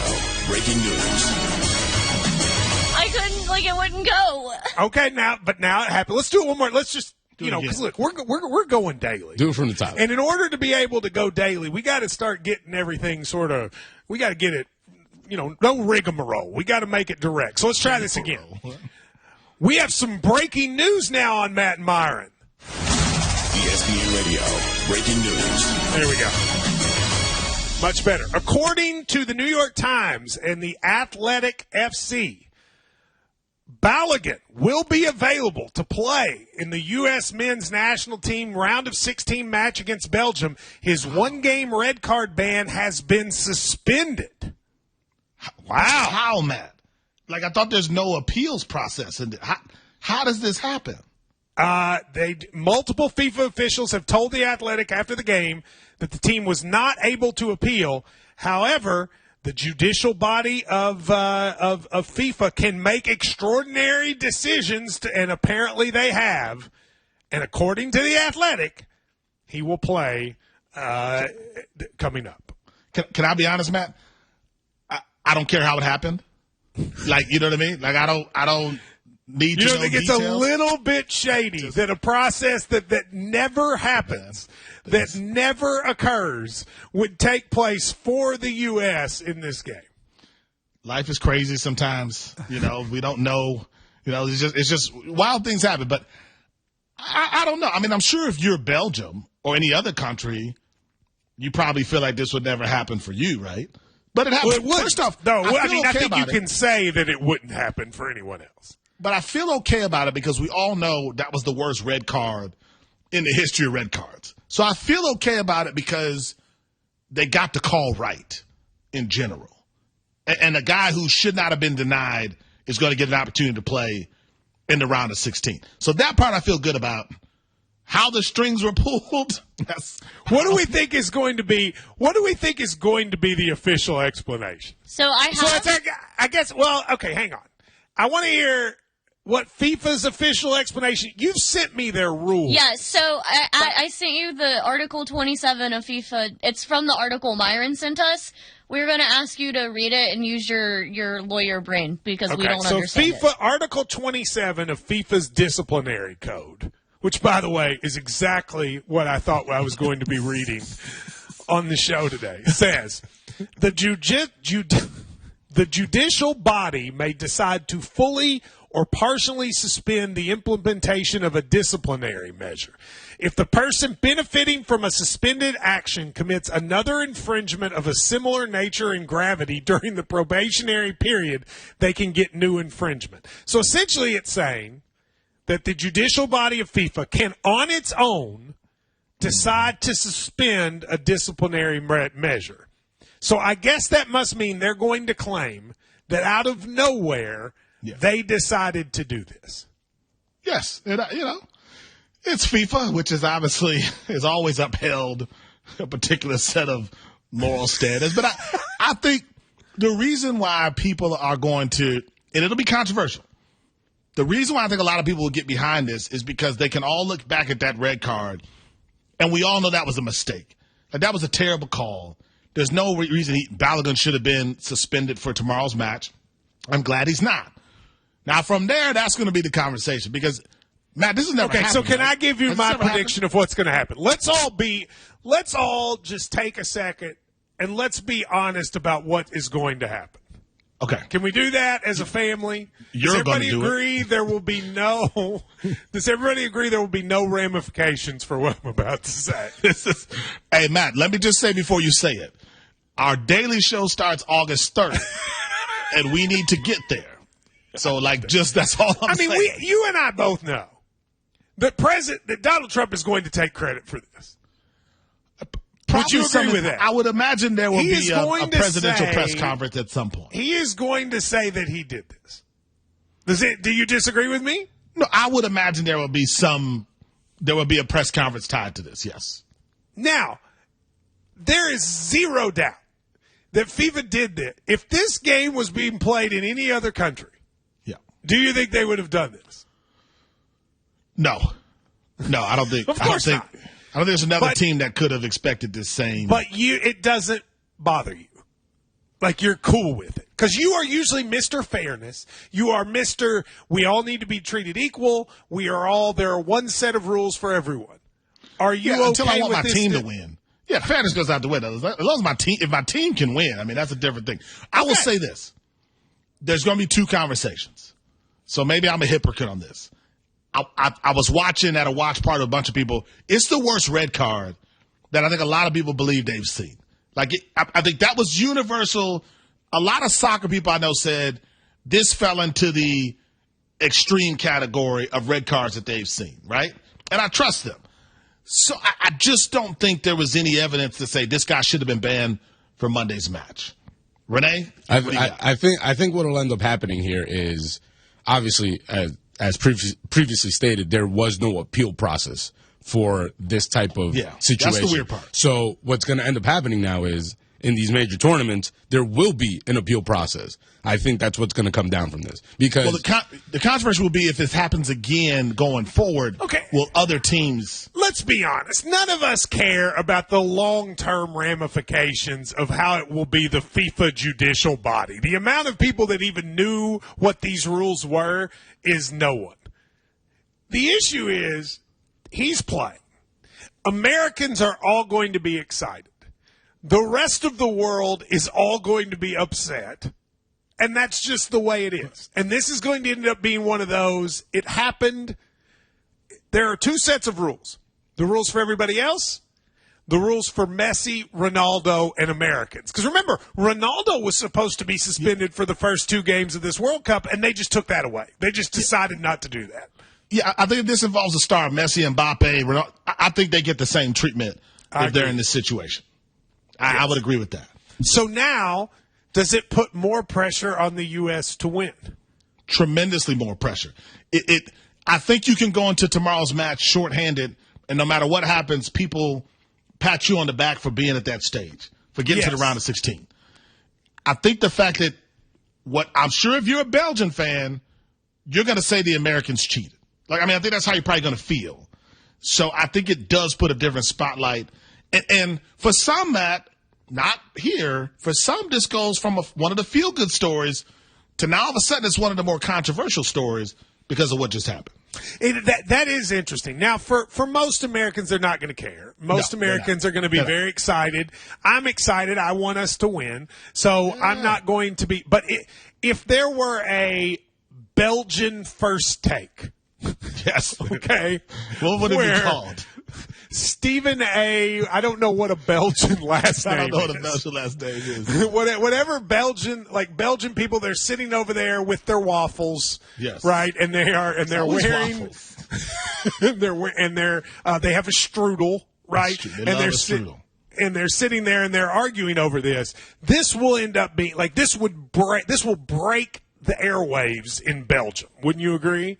Yeah, because that's the team that will feel like they got cheated in all this, maybe more than anything. Again, going forward, if this happens in the rest of the round of 16, going forward, will people say, do we get the same benefit? If anything, it should lead to an appeals process. I hope that this doesn't happen again where you can't appeal a situation like this. But it does feel bizarre. It hasn't happened before. And, I wouldn't be surprised if somebody got a long stay in Maui after the World Cup. That's what I was going to say. You got to wonder. To reset after the World Cup, that could happen.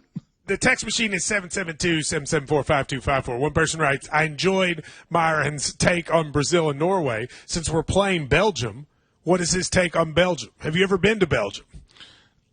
Do I look like I've been to Belgium? I haven't been to Belgium. But, there's got to be more than waffles, right? So I've been to Belgium. I've been to Brussels. I will say this, and I don't say this to be mean to the people. Is that Brussels sprouts?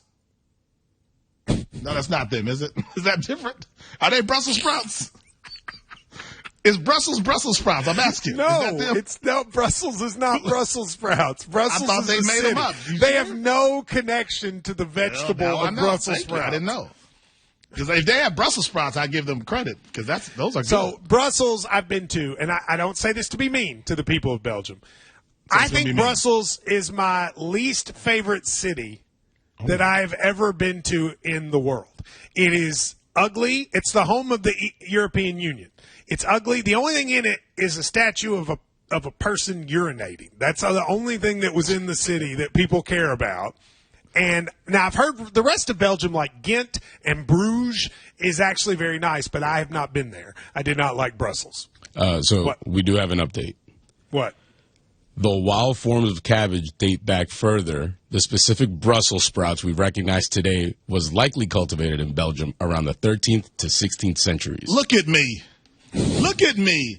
On this show, I have spent a decade being told, Myron, what are you talking about? Why would Brussels sprouts ever come from Brussels? I just get put down and rejected and told I'm wrong, and here I am I was 100,000% right about Brussels sprouts. I'm here to teach people, and you all are just treat me like the dude on the corner with conspiracy theories, and I'm actually trying to educate. Brussels sprouts are coming from Belgium. Play the applause music. Play some applause music, please, because I deserve a round of applause for that, I believe. Nobody played it. See, that's the kind of show we're going to have on the Daily Show. It's how late is that? I will say this. You didn't know it? Guys, I don't have these saved, okay? I have to go search for them. Give me grace. Matt Jones, I was 100% I hate that I was wrong about that, because that seemed to me to be the stupidest thing I'd ever heard when you said that.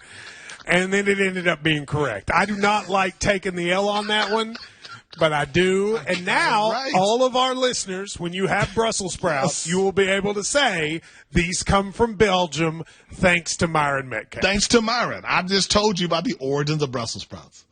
All right. Well, I hate Brussels sprouts, so even more reason to beat Belgium tomorrow night. Who knew? Matt Myron will do some picks. Breaking news, Balogun is back for America. This is Matt Myron. Sunday Night Baseball on ESPN Radio. Heated rivals face off in Los Angeles. The MLB leading Dodgers face Manny Machado and the San Diego Padres. Grand slam for Manny Machado! Coverage begins at 6:30 Eastern with first pitch at 7:20 Eastern on ESPN Radio and on the ESPN app. As a small business owner, you know that time is money. Gusto can give you time back. 2 full days every month, to be exact. Gusto is an all-in-one, remote-friendly, and incredibly easy-to-use payroll and benefits platform. You can get unlimited payroll runs for one monthly price with no hidden fees or surprises. The other guys, they'll charge you per payroll run. Switch to Gusto now and learn why over 500,000 small businesses trust Gusto. Go to GUSTO.com. That's gusto.com to learn more. Buster Olney here for La Quinta by Wyndham. When you're on the road this summer traveling for work, your routine can fall behind faster than a 3-0 count, especially if your hotel gym is non-existent. But at La Quinta by Wyndham, every location features a full-size, fully equipped fitness center. So whether it's cardio, weights, or a quick workout before a long day, you can stay on top of your game. No excuses, no shortcuts, just your full routine, ready when you are.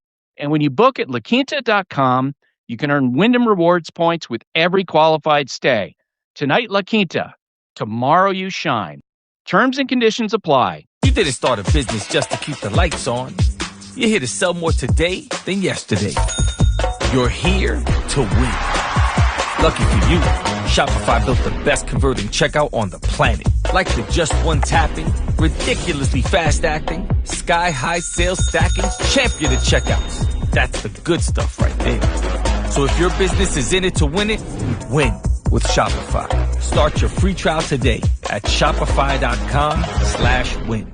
Smalls here. If you're heading into summer without a medical emergency kit, you're taking a risk most people don't think about until it's too late. Summer colds can turn into sinus infections that last weeks, ruining your perfect vacation getaway. And when you're traveling, finding a doctor and a pharmacy, it's stressful. That's why I ordered a medical emergency kit. It's like having an urgent care and a pharmacy at home. It includes prescriptions like amoxicillin and generic Z-Pak to treat a wide range of illnesses. So if you wake up sick, at home, or on the road, you have what you need. No waiting for your doctor, no hours at urgent care, and no pharmacy lines. Also, no copays. Match your symptoms to the right prescription in your guidebook or call their telemedicine doctor. Start meds sooner and feel better faster. Every home needs a medical emergency kit, so order yours online in minutes. It's shipped right to your door. Save $45 with my promo code SMALLS at urgentcarekit.com/smalls. That's promo code SMALLS at urgentcarekit.com/smalls. Prescription required. Always consult your doctor to determine if this product is right for you.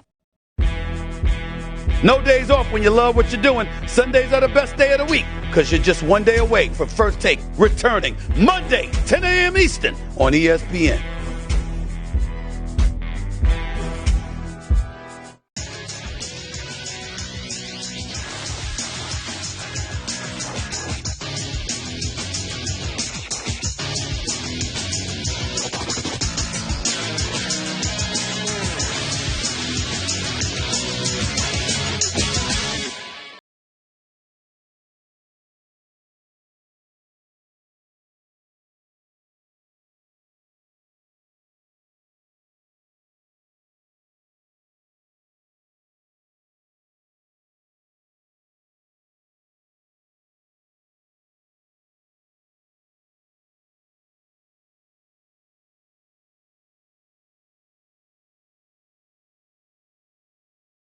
in the USA? Like, Party in the USA makes everyone happy. Who doesn't like Party in the USA? Like Miley Cyrus? I don't think everybody knows all the words. I don't think everybody knows all the words of that song. But we know the chorus. You guys a party in the USA. That's 3 words. I don't know if most people know that. Playing my song, beep-a-deep-bop. I feel like internationally, I've heard that this song is the one that people just know. I know, but this isn't about international. It's about America because we're selling. They don't need to know our song. It's just we need to know our song.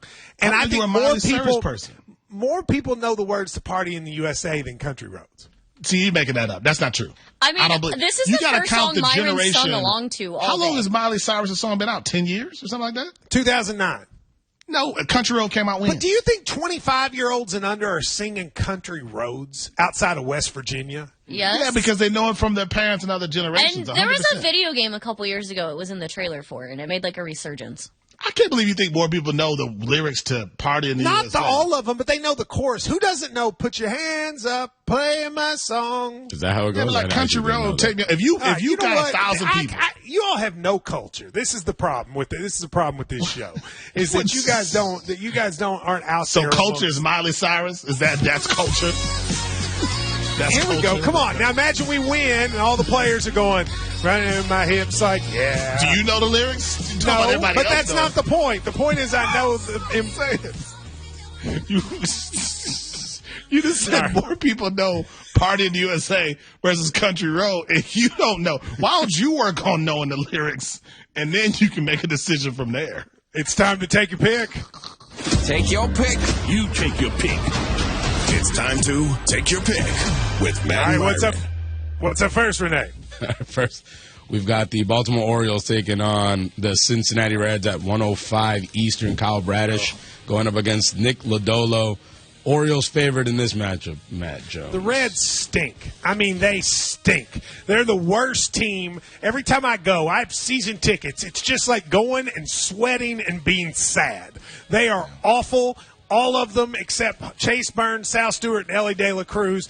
All of them should be traded to the minors. They stink. The manager stinks. The GM stinks. The whole team stinks, Myron, so I'll take the Orioles. Man, that's the first time I've heard you this negative about the Reds in a Well, they just stink. They have the worst record. They have the worst record since May 1st. Like, they were good at the beginning of the year. Now they're terrible. They just depress me. They don't ever get a hit. They stink. I've never. I mean, it's funny that the Orioles went from like feel good turnaround maybe to like terrible, irrelevant, but yet they're still going to win this game. Yes. Who's next? We've got the Minnesota Twins going up against their kryptonite, the New York Yankees, at Yankee Stadium, 1:35. First pitch, Joe Ryan against Ryan Weathers. The Yankees favored in this one, Myron. Let me just tell you all something. I don't care if it's 2026. I don't care if you take a time machine and go back 25 years or go into the future 30 years. The Twins don't beat the Yankees. If you see Twins-Yankees, bet the Yankees every time. Because it's just, right? it's just one of those things. Oh, One of those things. They just don't. And the Twins have been great. I mean, Byron Buxton, all-star. Shout out to him. But they don't beat the Yankees. And that's not going to change. Well, with that, I have to pick the Yankees. What's next? I said it. It's funny. I said it yesterday. If the Yankees played the Twins 162 times a year, they would win 130 of them.